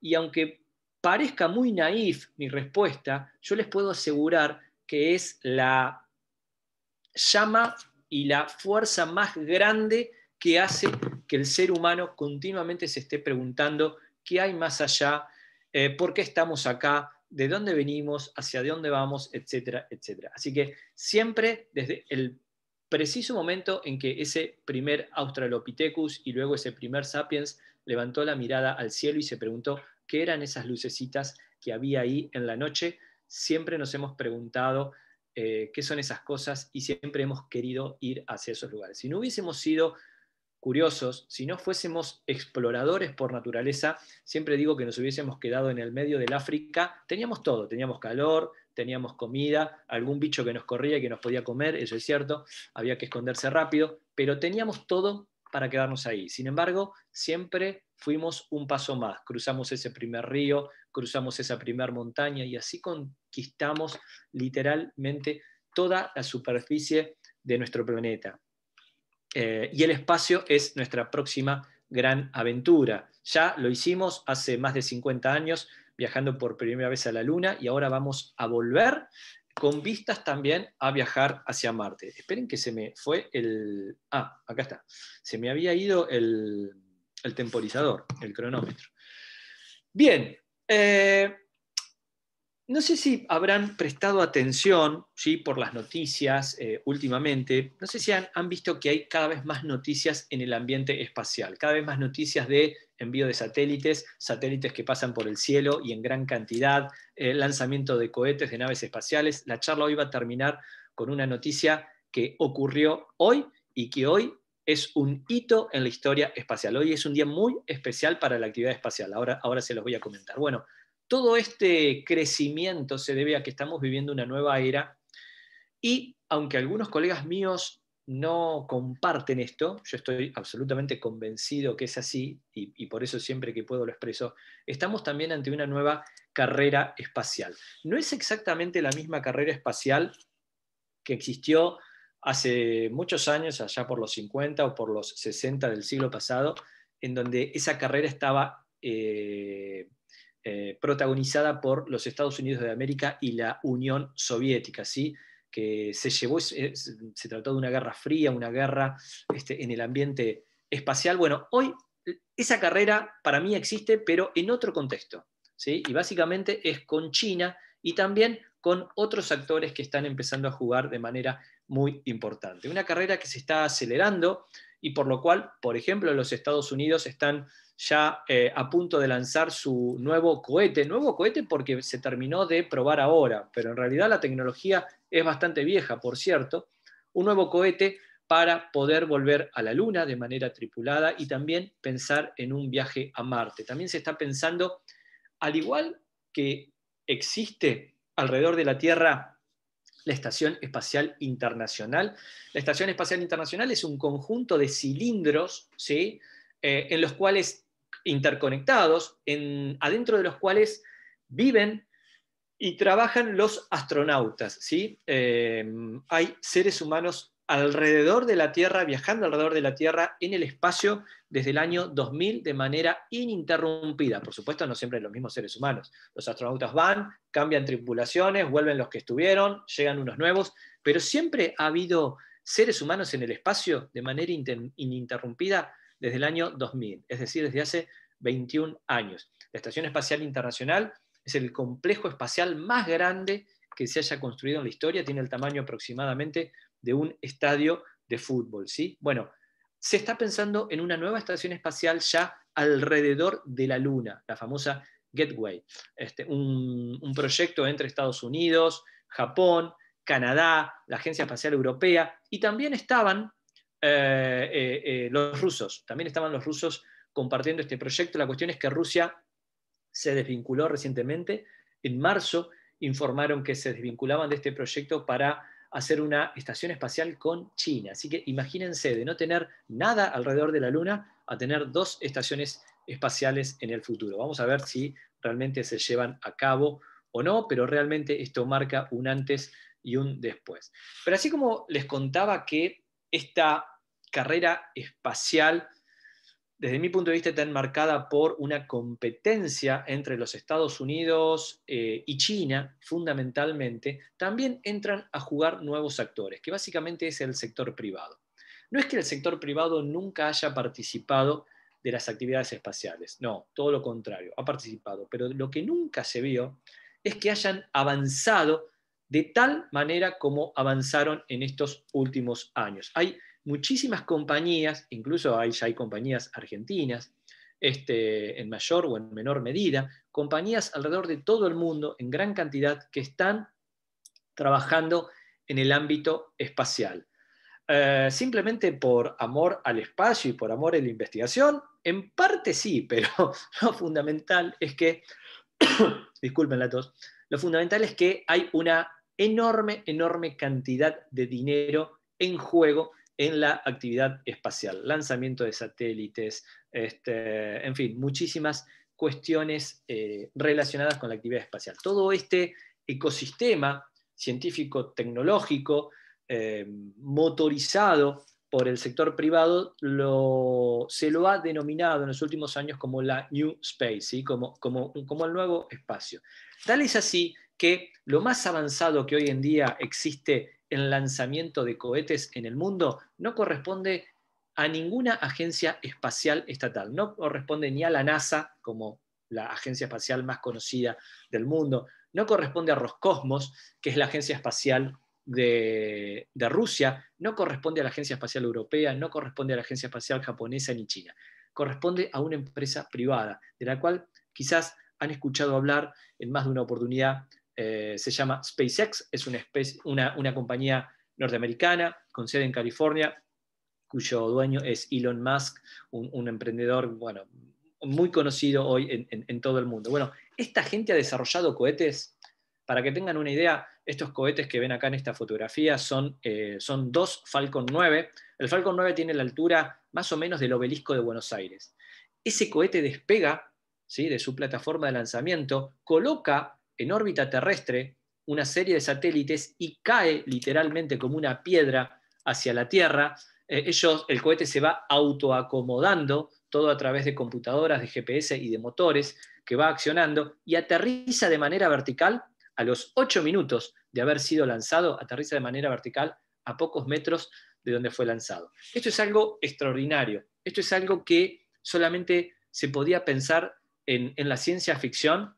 Y la primera vez que ocurrió esto, bueno, esta es una fotografía del 6 de febrero de 2018, pero los primeros aterrizajes exitosos incluso ocurrieron antes. Esto ha generado un antes y un después, un cambio total, una vuelta de página en la historia espacial, un cambio de paradigma, porque esto lo que permite es abaratar costos de una manera increíble, increíble. Poder utilizar el mismo cohete varias veces para lanzar distintos satélites abarata mucho los costos de lanzamientos y abre las puertas para cosas realmente que eran impensadas hace un par de años. Esta gente desarrolla los cohetes más modernos del mundo y en particular, no sé si habrán escuchado hablar de estas naves, las Starship, las están probando en el sur de Estados Unidos, en el estado de Texas, y son las naves que SpaceX tiene pensado usar para llevar seres humanos a la Luna. De hecho, ya ha ganado un contrato con la NASA para que esta nave sea la que descienda la próxima tripulación humana en la Luna, pero también están pensando con esta nave, este es el prototipo, ¿no?, con una nave mucho más avanzada, pero de este tipo, poder ir a Marte. Cada una de estas Starship no es un fotomontaje, es una imagen real. Mientras una iba a ser lanzada, la otra ya estaba en espera. Es increíble lo que están haciendo. Cada una de estas naves mide 50 metros de altura y van a ir ubicadas arriba de un cohete que tiene una altura de 70 metros, logrando una altura final de 120 metros, convirtiéndola en el cohete más grande fabricado en todos los tiempos. Si ustedes notan mucha ansiedad mientras estoy hablando, es porque realmente estoy ansioso, como millones de personas, de poder ver esto. Lo más interesante de esto es que esto se puede ver, las pruebas se pueden ver en vivo y en directo, ¿sí? Y los invito a que sigan nuestras transmisiones por YouTube, por nuestros canales, porque realmente hacemos estas transmisiones y mucha gente los sigue, porque aparte hacemos comentarios en español y realmente es algo muy interesante de poder compartir. Yendo a la parte final de la charla, para no extenderme mucho más, les quiero contar que en esta exploración continua que estamos realizando, yo hablo en plural, ¿no? Por supuesto que yo no participé de estas misiones, pero hablo como humanidad, como seres humanos que somos y que en este contexto estamos viendo, digamos, hacia otros planetas. El 7 de abril de 2021, este rover, el Perseverance, que es el último rover norteamericano, el último rover que Estados Unidos hizo descender en Marte, tiene el tamaño más o menos de un auto pequeño, ¿sí?, como si fuese una especie de Mini Cooper en cuanto al tamaño. Es un rover extraordinario. Va a circular por una zona de Marte muy, muy interesante, intentando buscar rastros de vida pasada. Y lo que está haciendo ahí el rover es mirando de costado. Acá tienen una antena, ¿sí?, con las cámaras del rover. Está mirando a un helicóptero, el Ingenuity, que dejó. El rover descendió en febrero pasado, y en la panza, en la parte de abajo del chasis, llevaba un helicóptero pequeño, totalmente plegado. El helicóptero tiene el tamaño más o menos de una mesa mediana, como las que podemos tener en la cocina de nuestra casa, y este helicóptero ya ha hecho sus primeras pruebas de vuelo, convirtiéndose en el primer vehículo propulsado que ha podido volar en otro mundo. Realmente algo extraordinario. ¿Para qué? Para seguir investigando Marte, pensando en esa gran aventura humana que va a ser el viaje, el primer viaje de los seres humanos. ¿Hemos intentado llegar a Marte varias veces? Sí, se ha intentado en muchísimas oportunidades. Ahí tienen, acá faltan misiones, pero bueno, más o menos es una diapositiva que tiene un par de años, así que está un poquito desactualizada. Pero como para que tengan una idea, todas las rayitas rojas son misiones enviadas por la Unión Soviética. Las rayitas azul oscuro son las enviadas por los Estados Unidos. Luego hay dos naranjas, que tendrían que ser, digamos, de la Unión Soviética, pero ustedes saben que la Unión Soviética se desmembró hace ya varios años, y hoy el principal país es Rusia. La celeste clarita es de la Agencia Espacial Europea, e incluso hay una verde acá abajo que es de la India. Los únicos, ¿sí? Los únicos que han llegado, escuchen bien esto, los únicos que han podido amartizar, es un verbo aceptado hoy en día, amartizar, es decir, aterrizar en Marte, pero de manera exitosa, han sido los Estados Unidos de América, hasta el viernes pasado. El viernes pasado, el viernes 14, ¿sí? A las 20:15 de Argentina, ¿sí? A las 20:15 de Argentina, China se convirtió en el segundo país en la historia en aterrizar de manera exitosa en Marte. Digo de manera exitosa porque Europa y Rusia aterrizaron en Marte, pero se estrellaron. No lo hicieron de manera exitosa. Es muy difícil, pero esto queda para, bueno, quizás para alguna pregunta, pero da para otra charla. Es muy difícil poder aterrizar en Marte sin estrellarse por las características que tiene el planeta en sí. Bueno, esto fue histórico. China lo logra por primera vez en su nación, ¿sí? Se convierte en la segunda nación, luego de los Estados Unidos, pero aparte, con algo muy característico, en el primer intento, porque Estados Unidos logró aterrizar de manera exitosa en Marte, pero luego de varios intentos. Los primeros intentos, allá por los 60, los 70, se estrellaban. China en el primer intento lo logra. China es una nación, y por eso hablaba de la carrera espacial con Estados Unidos. China es una nación que está avanzando a pasos agigantados, ¿sí? En materia espacial. Ha desarrollado cohetes muy potentes, ha puesto en órbita ya 3 estaciones espaciales propias, ha colocado en la Luna, ¿sí? Una nave en cuyo interior pudieron cultivar una serie de plantitas, luego las plantitas murieron, pero pudieron sobrevivir al viaje y a un par de días en la Luna, y también incluso ha podido descender un vehículo en la parte oculta de la Luna, es decir, en la parte que desde la Tierra nunca se observa. Algo muy complejo, China también lo ha logrado. Estas ya son las últimas diapositivas. Yo lo que quiero que presten atención en esta diapositiva en particular es lo siguiente. Estos son los más grandes hitos en la historia del programa espacial chino, ¿sí? Allá por 1965, ¿sí? En la misión T-7A enviaron sus primeras ratitas, ¿sí? Al espacio para poder experimentar. Luego vino en 1970 el primer satélite. En el 75 vinieron otra serie de satélites más complejos. Luego vinieron ya las primeras naves con astronautas chinos. Ellos a los astronautas no les llaman astronautas, les llaman taikonautas. Y luego ya vinieron las estaciones espaciales y los rovers que pudieron hacer descender en la Luna, y el viernes pasado en Marte. Pero fíjense lo siguiente, lo que es los primeros taikonautas, los primeros chinos en el espacio, el primer orbitador lunar, el primer módulo que desciende en la Luna con un rover, es decir, con un vehículo, y la primera estación espacial, lo lograron no a lo largo de todos esos años, desde la década del 60 del siglo pasado hasta hoy en día, sino que lo lograron en un espacio prácticamente de una década.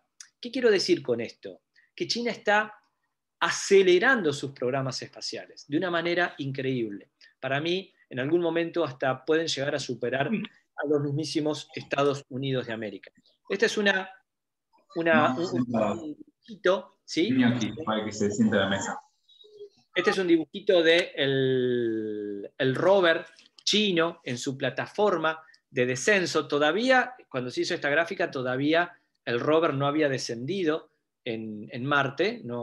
Esto fue antes del viernes 14. Lo que ven ahí es una plataforma con 4 patas, 2 rieles que bajan de la plataforma hacia el piso marciano y el rover que todavía no está desplegado. Bueno, hoy me levanté muy ansioso, esperando poder ver las primeras imágenes desde el suelo marciano, que estamos esperando desde el viernes 14, y me encontré por Twitter. Twitter es una red que yo utilizo mucho, tanto para buscar información como para volcar información, y encontré esta primer foto. Esta primer foto, que acá está mucho más ampliada, esta primer foto es histórica. Esta es una foto que va a quedar en los libros de la historia universal.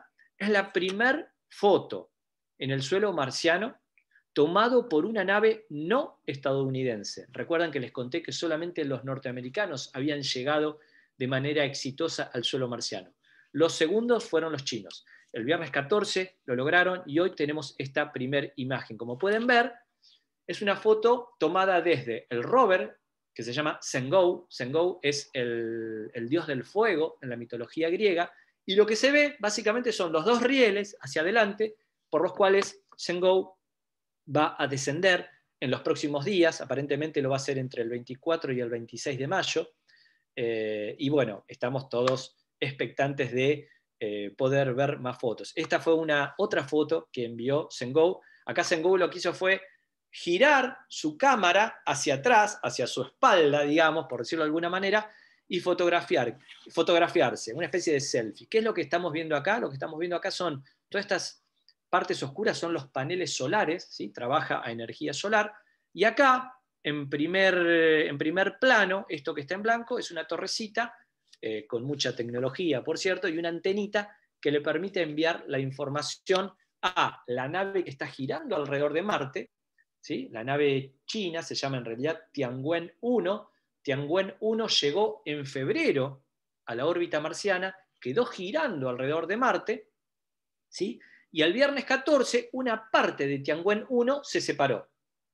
La nave nodriza, la Tianwen-1 nodriza, quedó girando alrededor del planeta, y esa partecita que se separó era básicamente esta plataforma de 4 patas con el rover Zhengou en su interior. Entonces lo que hace esta antena es tomar los datos de Marte, enviarla a Tianwen-1, que está girando alrededor del planeta, y luego Tianwen-1 envía esa información a la Tierra. Así que de esta manera es que hemos podido recibir estas imágenes. Todos estos rovers, toda esta exploración que se está realizando y que yo les estoy contando, obviamente, muy, pero muy por arriba, es siempre en vistas de poder llegar a Marte algún día, pero con seres humanos. Que una primer mujer y un primer hombre caminen sobre el suelo marciano, y de esa manera, ¿sí? Esta foto yo la comparto porque es una especie de fotocomposición muy linda. La parte de abajo gris es la verdadera huella que dejó Neil Armstrong en aquel viaje increíble del Apolo 11 en 1969, la primera vez que el ser humano llegó a otro mundo, ¿sí? Básicamente a la Luna, y la NASA hizo un fotomontaje con ese suelo rojizo marciano, como diciendo, bueno, hemos caminado ya en la Luna, ahora el próximo paso es Marte.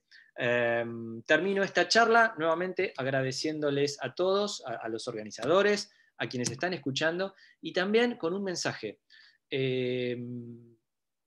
Esto genera en muchos chicos y en muchas chicas muchas ansias de poder participar de los programas espaciales. Incluso, ¿por qué no ser astronautas y viajar al espacio? Bueno, yo tengo un mensaje para dejarles.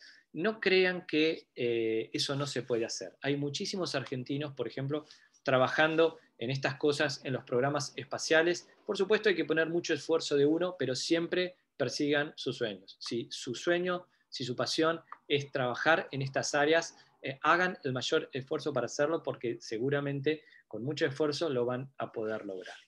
Bueno, dejo de compartir para poder verles las caras nuevamente, si no,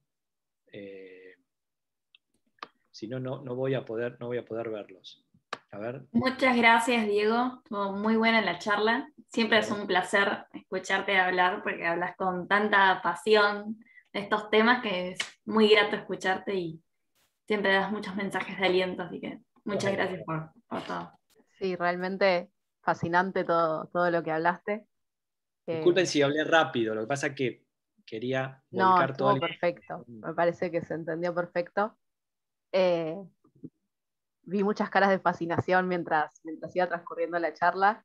Creo que a todos nos ha pasado de ser pequeños y que nos fascinen los planetas y el espacio, y por ahí son cosas que si uno termina dedicándose a otra cosa, se aleja un poco, y esta oportunidad de tener este tipo de encuentros y seguir al planetario en redes, que lo recomiendo muchísimo,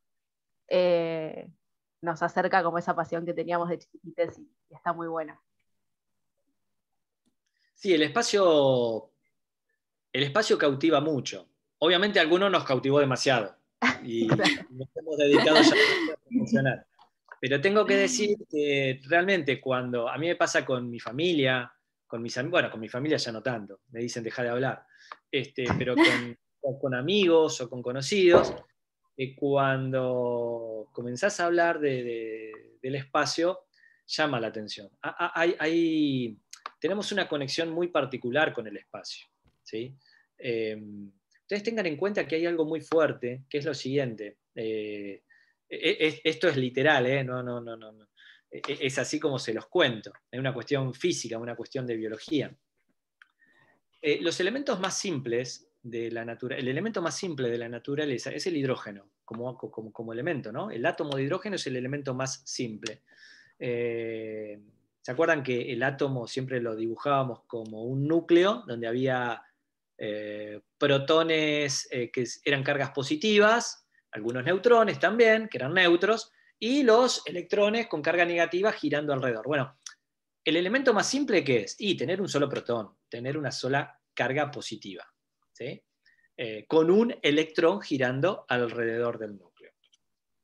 En realidad no es que están girando así como yo lo estoy describiendo, pero es el modelo mental que podemos hacernos para entender un átomo. Todos los átomos que vienen después, el segundo elemento más simple es el que tenga dos protones, el helio. Y después, a medida que le vamos poniendo más protones, más cargas positivas en el núcleo, vamos teniendo los distintos elementos de la tabla periódica. Bueno, todos los elementos, ¿sí?, del helio en adelante, ¿cómo es que existen en la naturaleza? Se generan en las estrellas, se generan en el interior de las estrellas. El interior de las estrellas son como verdaderas máquinas de alquimia, en donde en el interior de las estrellas, por la enorme presión y temperatura que tienen, un elemento o dos elementos se fusionan en otro elemento. Elementos químicos que se van convirtiendo en otros elementos químicos. Para lograr eso, se necesita una presión extraordinaria, porque vos tenés que superar la barrera repulsiva entre dos cargas positivas. ¿Se entiende? Solamente las estrellas lo pueden lograr. Pero ¿qué significa? Bueno, y cuando se genera esa fusión se libera energía. Eso es lo que hace el Sol continuamente.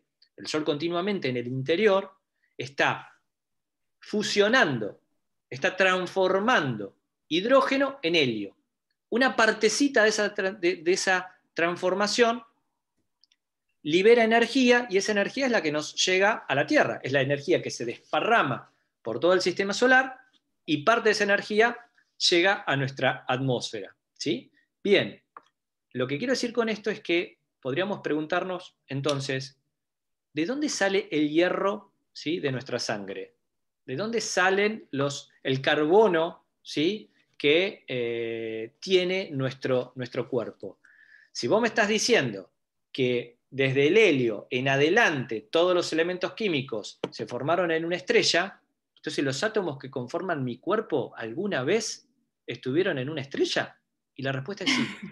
Y eso es algo que a mí, cuando yo lo leí por primera vez, lo tuve que leer varias veces porque me impactó. Me impactó el hecho de saber de que los átomos de mi brazo en algún momento estuvieron adentro de una estrella. Es muy fuerte. Al menos a mí me cautivó. Al menos a mí me cautivó. Y es así, no solamente los átomos de mi brazo, los átomos de ustedes también. Todos esos átomos estuvieron en alguna estrella, estrellas que con el correr del tiempo explotaron, desparramaron todos esos elementos químicos por todos lados, formando nubes. Esas nubes luego colapsaron por gravedad, formando otra estrella, en particular en la zona de este universo, formaron un sol y formaron el resto de los planetas. muchos de esos átomos quedaron en un planeta como la Tierra, y acá estamos hablando en Pint of Science hoy en día con átomos, ¿sí?, que alguna vez estuvieron en otras estrellas. Eso para mí es maravilloso, y le podrías contar muchísimas más cosas que a mí me impactaron de la astronomía. Entonces, ¿cómo no va a ser cautivante? Por supuesto. Si a eso le sumás ponerte un casco y un traje y caminar en otro mundo, y algunos nos volvemos locos, por supuesto, desde ya. Bueno, acá Yo el tengo chat... una pregunta para Diego. Sí, hacela. Primero que te felicito, Diego. Estoy wow, estamos medio todos flashados. Yo particularmente de esto mucho no sé. Me encantó tu charla. Y quería preguntarte, fue este año, me parece, yo ya estoy medio perdida con los tiempos, que desde acá de Argentina se lanzó un satélite al espacio, ¿no? Bueno, quería preguntarte,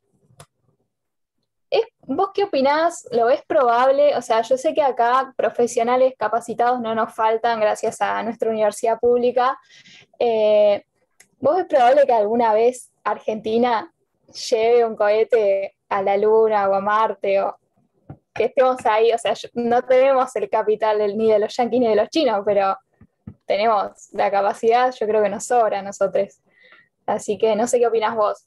Vos sabés que esa pregunta que te haces, Priscila, es lo que motiva a muchos a trabajar en estas áreas. A ver, Argentina es un país muy raro, lamentablemente, muy raro. Nosotros tenemos, hay una frase que dice, y que yo la compruebo cada vez más, hay 4 tipos de países en el mundo. Los países desarrollados, los países no desarrollados, Japón y Argentina. ¿Sí? Esos son los 4 tipos de países que hay en el mundo. Argentina es un país muy raro. ¿Por qué? Porque vos tenés países que se han desarrollado en base a educación, ciencia y tecnología. Por eso yo tristemente me río, ¿sí?, cuando muchos hablan de mirarse en países del primer mundo, ¿sí?, y desprecian a la educación y al desarrollo nacional. ¿Sí? A mí me gustaría decirle a esas personas, lo saben, en el fondo lo saben, lo que pasa es que buscan otros objetivos. Pero por una cuestión de necesidad personal, me gustaría decirles, esos países que ustedes admiran, ese desarrollo tecnológico que ustedes admiran, esos países que logran fabricar cosas que a ustedes se les caen las babas, y a mí también, por cierto, y que utilizo para trabajar, lo pudieron lograr gracias a la inversión en educación, en ciencia y en tecnología durante décadas, no durante 4, 5, 6 años, durante décadas. Entonces, lo que uno no puede hacer es no hacerse cargo de sus acciones. Vos te podés equivocar, podés ir para un lado, podés ir para el otro. Lo que nunca podés hacer es no hacerte cargo de tus acciones. ¿Sí? Sin irme de tema, o tratando de volver al carril de mi respuesta, Argentina, ¿por qué es una situación muy rara en cuanto a otras naciones? Porque vos tenés naciones que lograron ese desarrollo y tenés otras naciones que no lograron ese desarrollo y que por el contexto geopolítico vos decís, es muy raro que este país de acá a 10, 15, 20 años pueda desarrollarse. ¿Sí? Tenés esos 2 extremos. Argentina es un país que se convirtió en la década del 60 en el cuarto país en la historia en experimentar con seres vivos en cohetes. El cuarto. Fue uno de los primeros países en largar cohetes. ¿Sí? Fue uno de los primeros países en fabricar satélites. Todo eso lo hicimos nosotros y todo eso lo destruimos nosotros. Cuando digo nosotros me refiero a sociedad, porque la sociedad es responsable también de los actos de sus gobernantes. ¿Sí? Los gobernantes que tenemos no son extraterrestres, no es que los hemos importado de algún lado y nosotros no tenemos nada que ver. Entonces, hasta que nuestro país no tome noción de que para desarrollarnos, más allá de los sacrificios que tenemos que hacer, tenemos que invertir en educación, en ciencia y en tecnología, no vamos a salir de este pozo. Dicho esto, Argentina tiene lo más difícil de todo, Priscila, que vos lo marcaste, los recursos humanos. Es muy difícil tener recursos humanos calificados y en gran cantidad, porque si vos me decís, tenés 3 personas extraordinarias, no vas a poder hacer mucho con 3 personas solamente. Pero si hay algo que yo siempre rescato de nuestro país, hay muchas cosas para rescatar de nuestro país, en particular son las universidades nacionales.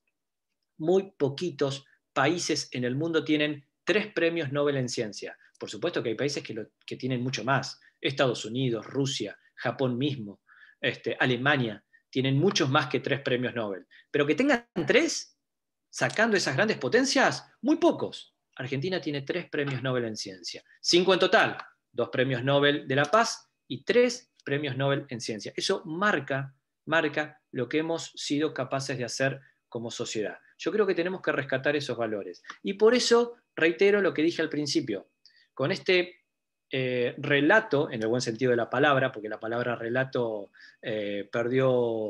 está mal vista en los últimos años, pero con esto que les estoy contando, se darán cuenta por qué yo celebraba, por qué celebro y por qué me alegra que ustedes realicen estas charlas hoy en día. Porque es la única manera de generar no solamente sentido crítico, sino una masa crítica. Es la única manera de que nuestras chicas y nuestros chicos se den cuenta que es posible trabajar en estas cosas.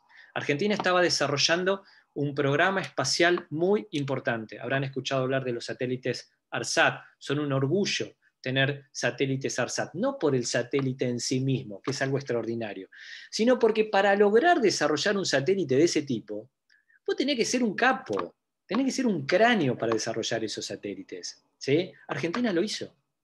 Argentina lo hizo. Y permite, a partir de eso, vender servicios de alta calidad al mundo. Somos fabricantes de satélites de primera calidad, somos fabricantes de reactores nucleares, somos fabricantes de radares. No sé cuántos países en el mundo pueden lograr eso. Argentina lo hace. Desde el culo del mundo, acá en Sudamérica, muy lejos del primer mundo, ¿sí? Estandarizado, Argentina lo hace. Y las cosas que podríamos hacer, si pudiésemos organizarnos un poquito, no digo que todos pensemos igual porque hasta no es bueno eso, simplemente organizarnos un poco. Parar la pelota, organizarnos un poco y decir, bueno, de acá a 30 años vamos a tener una política en educación, en ciencia y tecnología, ¿sí? A fondo. Después discutamos, ¿sí? Nos matamos, nos tiramos con todo, ¿sí? Hacemos politiquería barata, pero en eso, en educación, en ciencia, en tecnología, en salud, vamos hacia allá 30 años. Yo digo 30 años. Si Argentina lo pudiese lograr en 20, no nos para nadie. El problema es que un día vamos para allá, otro día vamos para allá, otro día vamos para el medio y somos un quilombo como sociedad, en todo sentido. Así que yo creo, Priscila, que tenemos esa posibilidad. No digo de desarrollar un cohete para enviar astronautas propios, pero sin aspirar a tanto, ¿sí? Podríamos tener un programa espacial muchísimo más potente del que tenemos. De hecho, se está pensando en desarrollar cohetes para alargarlos desde la base espacial argentina que va a estar cerquita de Bahía Blanca. Lo que pasa es que veníamos avanzando mucho y hubo un parate enorme de varios años en donde se desfinanció por completo a la ciencia y a la tecnología en Argentina, y el problema no es el parate en sí, el problema es que cuando vos frenás esos programas, también ocurre en salud, cuando vos frenás esos programas, la gente necesita trabajar, ergo, la gente se va a otros países. Por ejemplo, el gerente del proyecto ARSAT, a quien yo conozco personalmente y estuvo dando una charla en el planetario y quedamos todos maravillados, hoy trabaja para una empresa norteamericana. Obviamente, ¿qué va a hacer ese flaco? ¿Se va a quedar en Argentina haciendo qué? Si se dedicó a eso, ¿se va a dedicar a otra cosa? No, se va a otro país. Y es muy difícil recuperar luego a esas personas. Lleva mucho tiempo, nuevamente, generar recursos humanos que estén capacitados, que estén a la altura de poder gerenciar y poder desarrollar esos proyectos. Pero sí, tenemos todas las capacidades. Bueno. Conectado un poco con la pregunta de Priscila, te quería preguntar, justo yo había visto unas noticias mismo de que en La Rioja hay como un proyecto que se está construyendo un establecimiento como en un ambiente similar al ambiente marciano, como con tecnología espacial y producción de alimentos. Y me pareció como muy bueno que se desarrolle. Tremendo. Sí, un proyecto interesantísimo, se llama Solar 54, está en La Rioja, y es un emprendimiento que a mí me interesa mucho porque es un proyecto mixto. Es el Estado, en nombre de, o mejor dicho, la provincia de La Rioja en nombre del Estado y el sector privado. Y la idea es generar como bien decías, Ailín, generar un ambiente similar a lo que puede ser Marte, pero una de las cuestiones muy interesantes es cómo poder fabricar esas cúpulas todo de manera automatizada. Y el desarrollo de todo eso, porque uno dice, pero ¿qué es lo que ganamos simulando un ambiente marciano en La Rioja con cúpulas? Bueno, es que implementar eso motiva a las personas, ¿sí? Motiva a las personas para hacer desarrollos tecnológicos. Vos vas a tener personas, un ejemplo muy burdo que digo, vos vas a tener personas interesadas en poder desarrollar ese proyecto, pero luego, una vez que lo desarrollaste, para simular un ambiente marciano, vas a tener máquinas para poder fabricar casas. ¿Sí? En lugar de fabricar casas con cemento, arena y ladrillo, que está buenísimo, podés fabricar casas más baratas y solucionar un problema enorme mundial que tenemos, por ejemplo, en nuestro país, que es el tema habitacional. ¿Se entiende? ¿Por qué es importante el desarrollo científico y tecnológico? Porque genera mejor calidad de vida a las personas. Cuanto más desarrollo tengas en educación, en ciencia y en tecnología, el estándar en la calidad de vida aumenta considerablemente, pero no porque lo diga yo. Que no se lea que mi argumento es un argumento corporativo, sino por las estadísticas. ¿Sí? ¿Por qué admiramos la calidad de vida que tienen los países desarrollados? Justamente porque tienen una calidad alta, porque generaron un ecosistema virtuoso, ¿sí? Que les permite tener un estándar mucho más alto que la media a nivel mundial. Es un proyecto muy interesante Solar 54, realmente. Sí. Yo tengo una pregunta también, Diego. Muchas gracias por la charla fascinante. La verdad que es un tema en el que yo como bióloga por lo menos incursiono muy poco. El espacio sí que me parece asombroso. Te quería preguntar sobre todo esto de que el sector privado, estoy al tanto, o sea, sigo varias las noticias de que, bueno, cada vez se inmiscuye más en estas cuestiones espaciales y a tu entender particular, ¿cómo ves porque que estos sectores privados se involucren en este tema espacial, ya que estas cuestiones siempre están muy geopolitizadas y a la hora de geopolitizar y hablar de un bien común es muy difícil, de un recurso humanitario mundial siempre es muy complicado. Y bueno, ¿cómo ves esa interacción de que no estén reguladas estatalmente y de que tampoco haya un acuerdo mundial de que, bueno, esto es para todos y se maneja así? Es un tema álgido. Yo sé que algunos de ustedes van a estar de acuerdo conmigo, otros no van a estar de acuerdo. Yo te doy mi parecer. Yo por empezar, soy una persona amigable con el sector privado. Algunos el sector privado lo ven en mala manera, yo no, yo todo lo contrario. En particular en nuestro país creo que hay que incentivar, ¿sí?, mucho más desarrollos del sector privado, porque genera fuentes de trabajo genuinas y nosotros necesitamos generar trabajo para las personas, ¿sí? Dicho esto, tiene sus cosas buenas y sus cosas malas. El sector privado avanza en todo el mundo, en todo el mundo. El sector privado avanza hasta donde los dejan los estados, hasta donde los gobiernos dicen, acá, frenate. Es así. Y lo que ocurre es que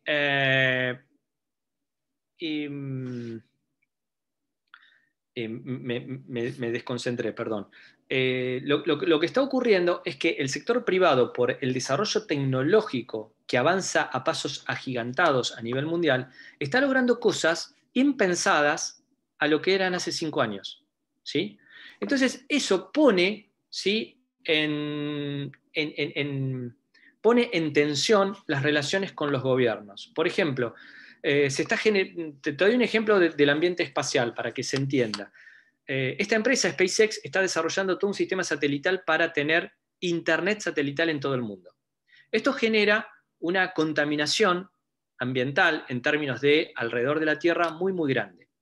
Entonces uno podría decir, es una locura poner los Starlink, este sistema satelital, son los satélites que muchas veces pasan ya por el cielo, los trenes de satélites, que uno queda increíblemente asombrado de qué es eso, Bueno, no sé si alguna vez los vieron, pero es impresionante ver toda una hilera de puntitos luminosos. Son satélites que pasan por arriba de nuestras cabezas. Hoy en día hay unos 1.400. La constelación total va a llegar a 12.000. 12.000. Dentro de 2 o 3 años vamos a estar a la noche y vamos a mirar hacia arriba y vamos a estar viendo trenes de satélites pasando continuamente, como si fuesen autopistas. Es algo muy fuerte, muy fuerte. Entonces, eso podría tener una lectura absolutamente negativa en cuanto a la contaminación, ¿sí? Por otro lado, déjenme decirles que esto que estamos compartiendo, esta tarde-noche que estamos compartiendo entre amigos, se debe gracias a la Internet, en gran parte. Internet para ustedes, Internet para mí es absolutamente algo natural, ¿sí? Mi trabajo depende de la Internet. Bueno, escuchen este dato. Más de la mitad de la población mundial, más de la mitad, no ni el 10% ni el 20%, más de la mitad de la población mundial no tiene Internet. Y este sistema satelital le va a permitir, y todos los que vienen, les va a permitir tener Internet satelital a todo el mundo, a precios cada vez más bajos. Entonces, yo, con Starlink, por ejemplo, porque aparte Starlink para la astronomía es algo terrible, terrible, porque no vamos a poder observar más el cielo con telescopios desde la Tierra, porque todas las fotos van a salir rayadas. O sea, para la astronomía es tremendo. Pero tengo sentimientos encontrados, porque vos luego me decís que va a permitir que mucha más gente tenga los mismos servicios que tengo yo, y desde qué lugar. A mí me resulta medio incómodo como astrónomo decir, no, es una locura para la astronomía esto. No, pero ¿qué? ¿Que los otros no tengan acceso a Internet, por ejemplo? Porque ¿quién va a imponer Internet? ¿Quién va a poner una antena en el medio de la nada, en el medio de un desierto, para que 4 personas tengan Internet satelital? Ocurre en nuestro país. ¿En dónde están las antenas de comunicación? ¿Están en las grandes ciudades o están en el medio de la puna jujeña? ¿Sí? No nos tenemos que ir al África, no nos tenemos que ir al Sahara. Tenemos que ir acá a provincias argentinas nuestras, o en el sur, en la Patagonia argentina. En cambio, si vos tenés un satélite que continuamente te está pasando por arriba, pasa uno, luego pasa otro, luego le sigue otro, y esos satélites son los que te envían la información de Internet, con una antenita pequeña vas a tener Internet. Entonces yo tengo sentimientos encontrados. Y también hay algo que está jugando en este sentido. ¿Hasta dónde los gobiernos permiten estas cosas? Bueno, atrás de esto no hay una montaña de dinero, hay una cordillera entera de dinero. ¿Se entiende? Imagínense brindar Internet a todo el mundo, del dinero que estamos hablando, ¿sí? Es un dinero que llega a una empresa, 1, 2, 3, 4, 10 empresas, pero que son empresas de un determinado país. Para ese país es beneficioso. ¿Cómo se regula esto, Denise? No tengo la más pálida idea. Iba a decir otra palabra, pero digo pálida idea. No tengo la menor idea. ¿Por qué? Porque es muy difícil de regularlo. Porque las regulaciones las hacen los estados. Y los estados regulan siempre y cuando les convenga, ¿sí? Yo he tenido varias discusiones con colegas y con algunos medios de prensa. No discusiones, pero les decía, nos asombramos de que hay países que no regulan los sistemas satelitales. Nos asombramos de que hay países como por ejemplo China, que envía un cohete y que puede llegar a caer en cualquier lugar y no regula eso. Y yo les digo, ¿y no nos asombramos que en Naciones Unidas hay un Consejo de Seguridad en donde 5 países deciden finalmente qué es lo que se hace y lo que no se hace?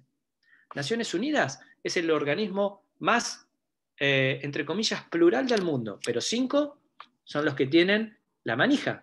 Y no nos asombramos de eso. Nos parece algo tan natural que ya no lo ponemos en tela de juicio. Entonces, ¿qué van a regular esas grandes potencias respecto a todo el planeta si ya están acostumbradas desde Naciones Unidas a hacer lo que ellos consideran, ¿sí?, correcto para sus países? Naciones Unidas le ha dicho al Reino Unido de Gran Bretaña, ¿sí?, ya desde hace décadas, que no puede seguir usurpando de la manera que lo hace, porque ni siquiera les dice que se tengan que ir. Les dicen, no lo pueden hacer de esa manera, ¿sí? Que hay una diferencia muy grande entre irse y no lo hagas de esa manera, ¿sí? Pero por lo menos tienen el decoro de decirles a Gran Bretaña, no pueden estar en las Islas Malvinas de la manera que están. Naciones Unidas. ¿Qué ocurre? ¿qué ocurre con Gran Bretaña? No pasa nada. Gran Bretaña hace lo que se le canta, porque tiene el apoyo de Estados Unidos en ese Consejo de Seguridad y por lo tanto ellos son los que deciden.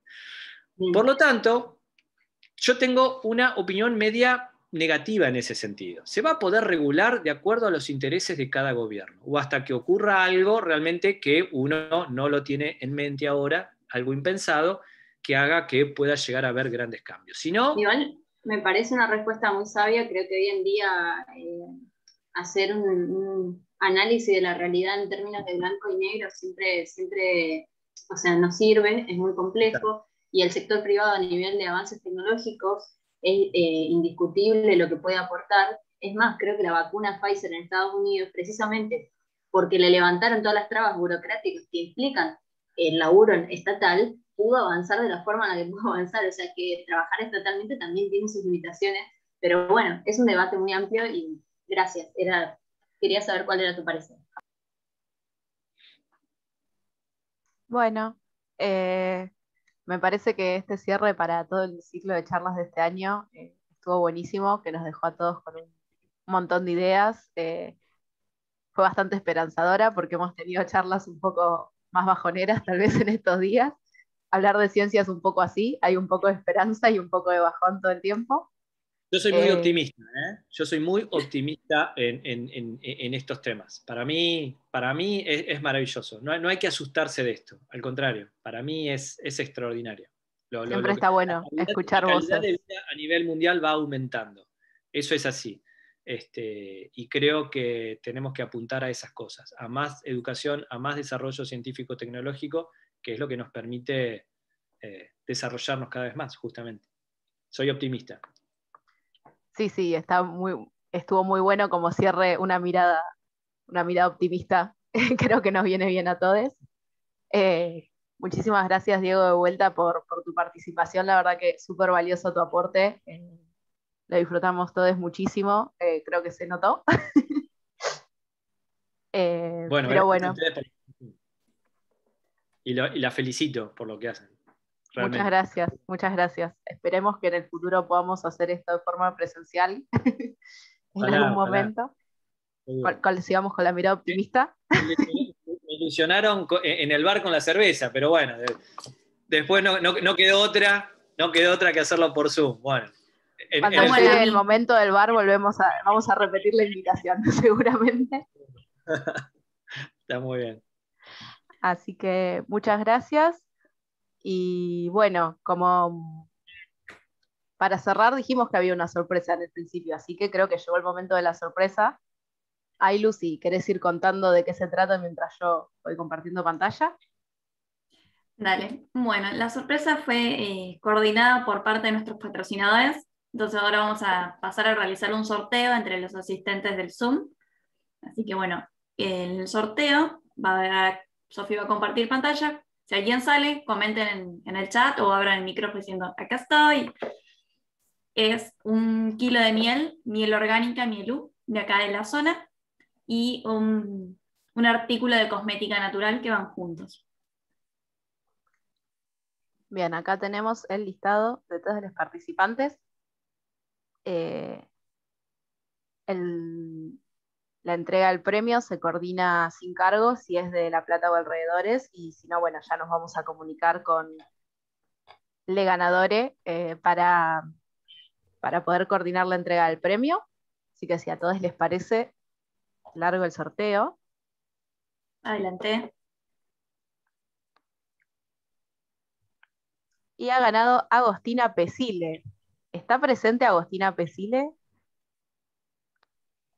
Sí, estoy. Muy bien. Bueno, felicitaciones.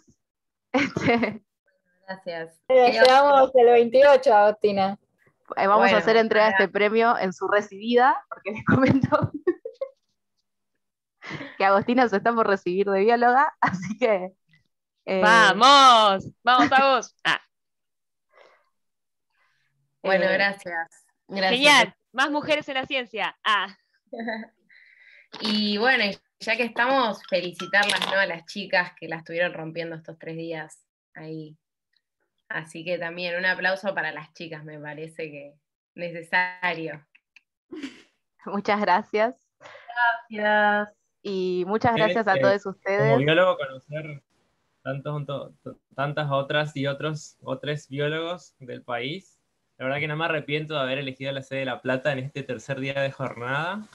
Y, y nada mejor que dejar en la ciencia un final abierto hoy. Creo que fue el broche de oro, porque hay tanto por hacer, tanto por conocer en ambas direcciones, tanto a las profundidades de donde fue Sebas, como también hacia arriba, donde fue Diego. Así que impresionante, felicitaciones. Ay, muchas gracias, Lucas. Gracias por habernos elegido también y nos alegra mucho que hayas disfrutado de las charlas que propusimos. Así que bueno, muchas gracias a todos por haber participado estos días, por el aguante que nos han hecho, muchas que estuvieron los 3 días. Y bueno, los esperamos a todos el año que viene, tal vez virtual, tal vez presencial, ya se verá en qué situación estamos. Pero bueno, eso, si alguna de las otras chicas quiere cerrar con algo más. Nada, simplemente gracias por estar. Y apostemos a que se sigan masificando este tipo de eventos, ¿no? Y a que podamos seguir divulgando la ciencia.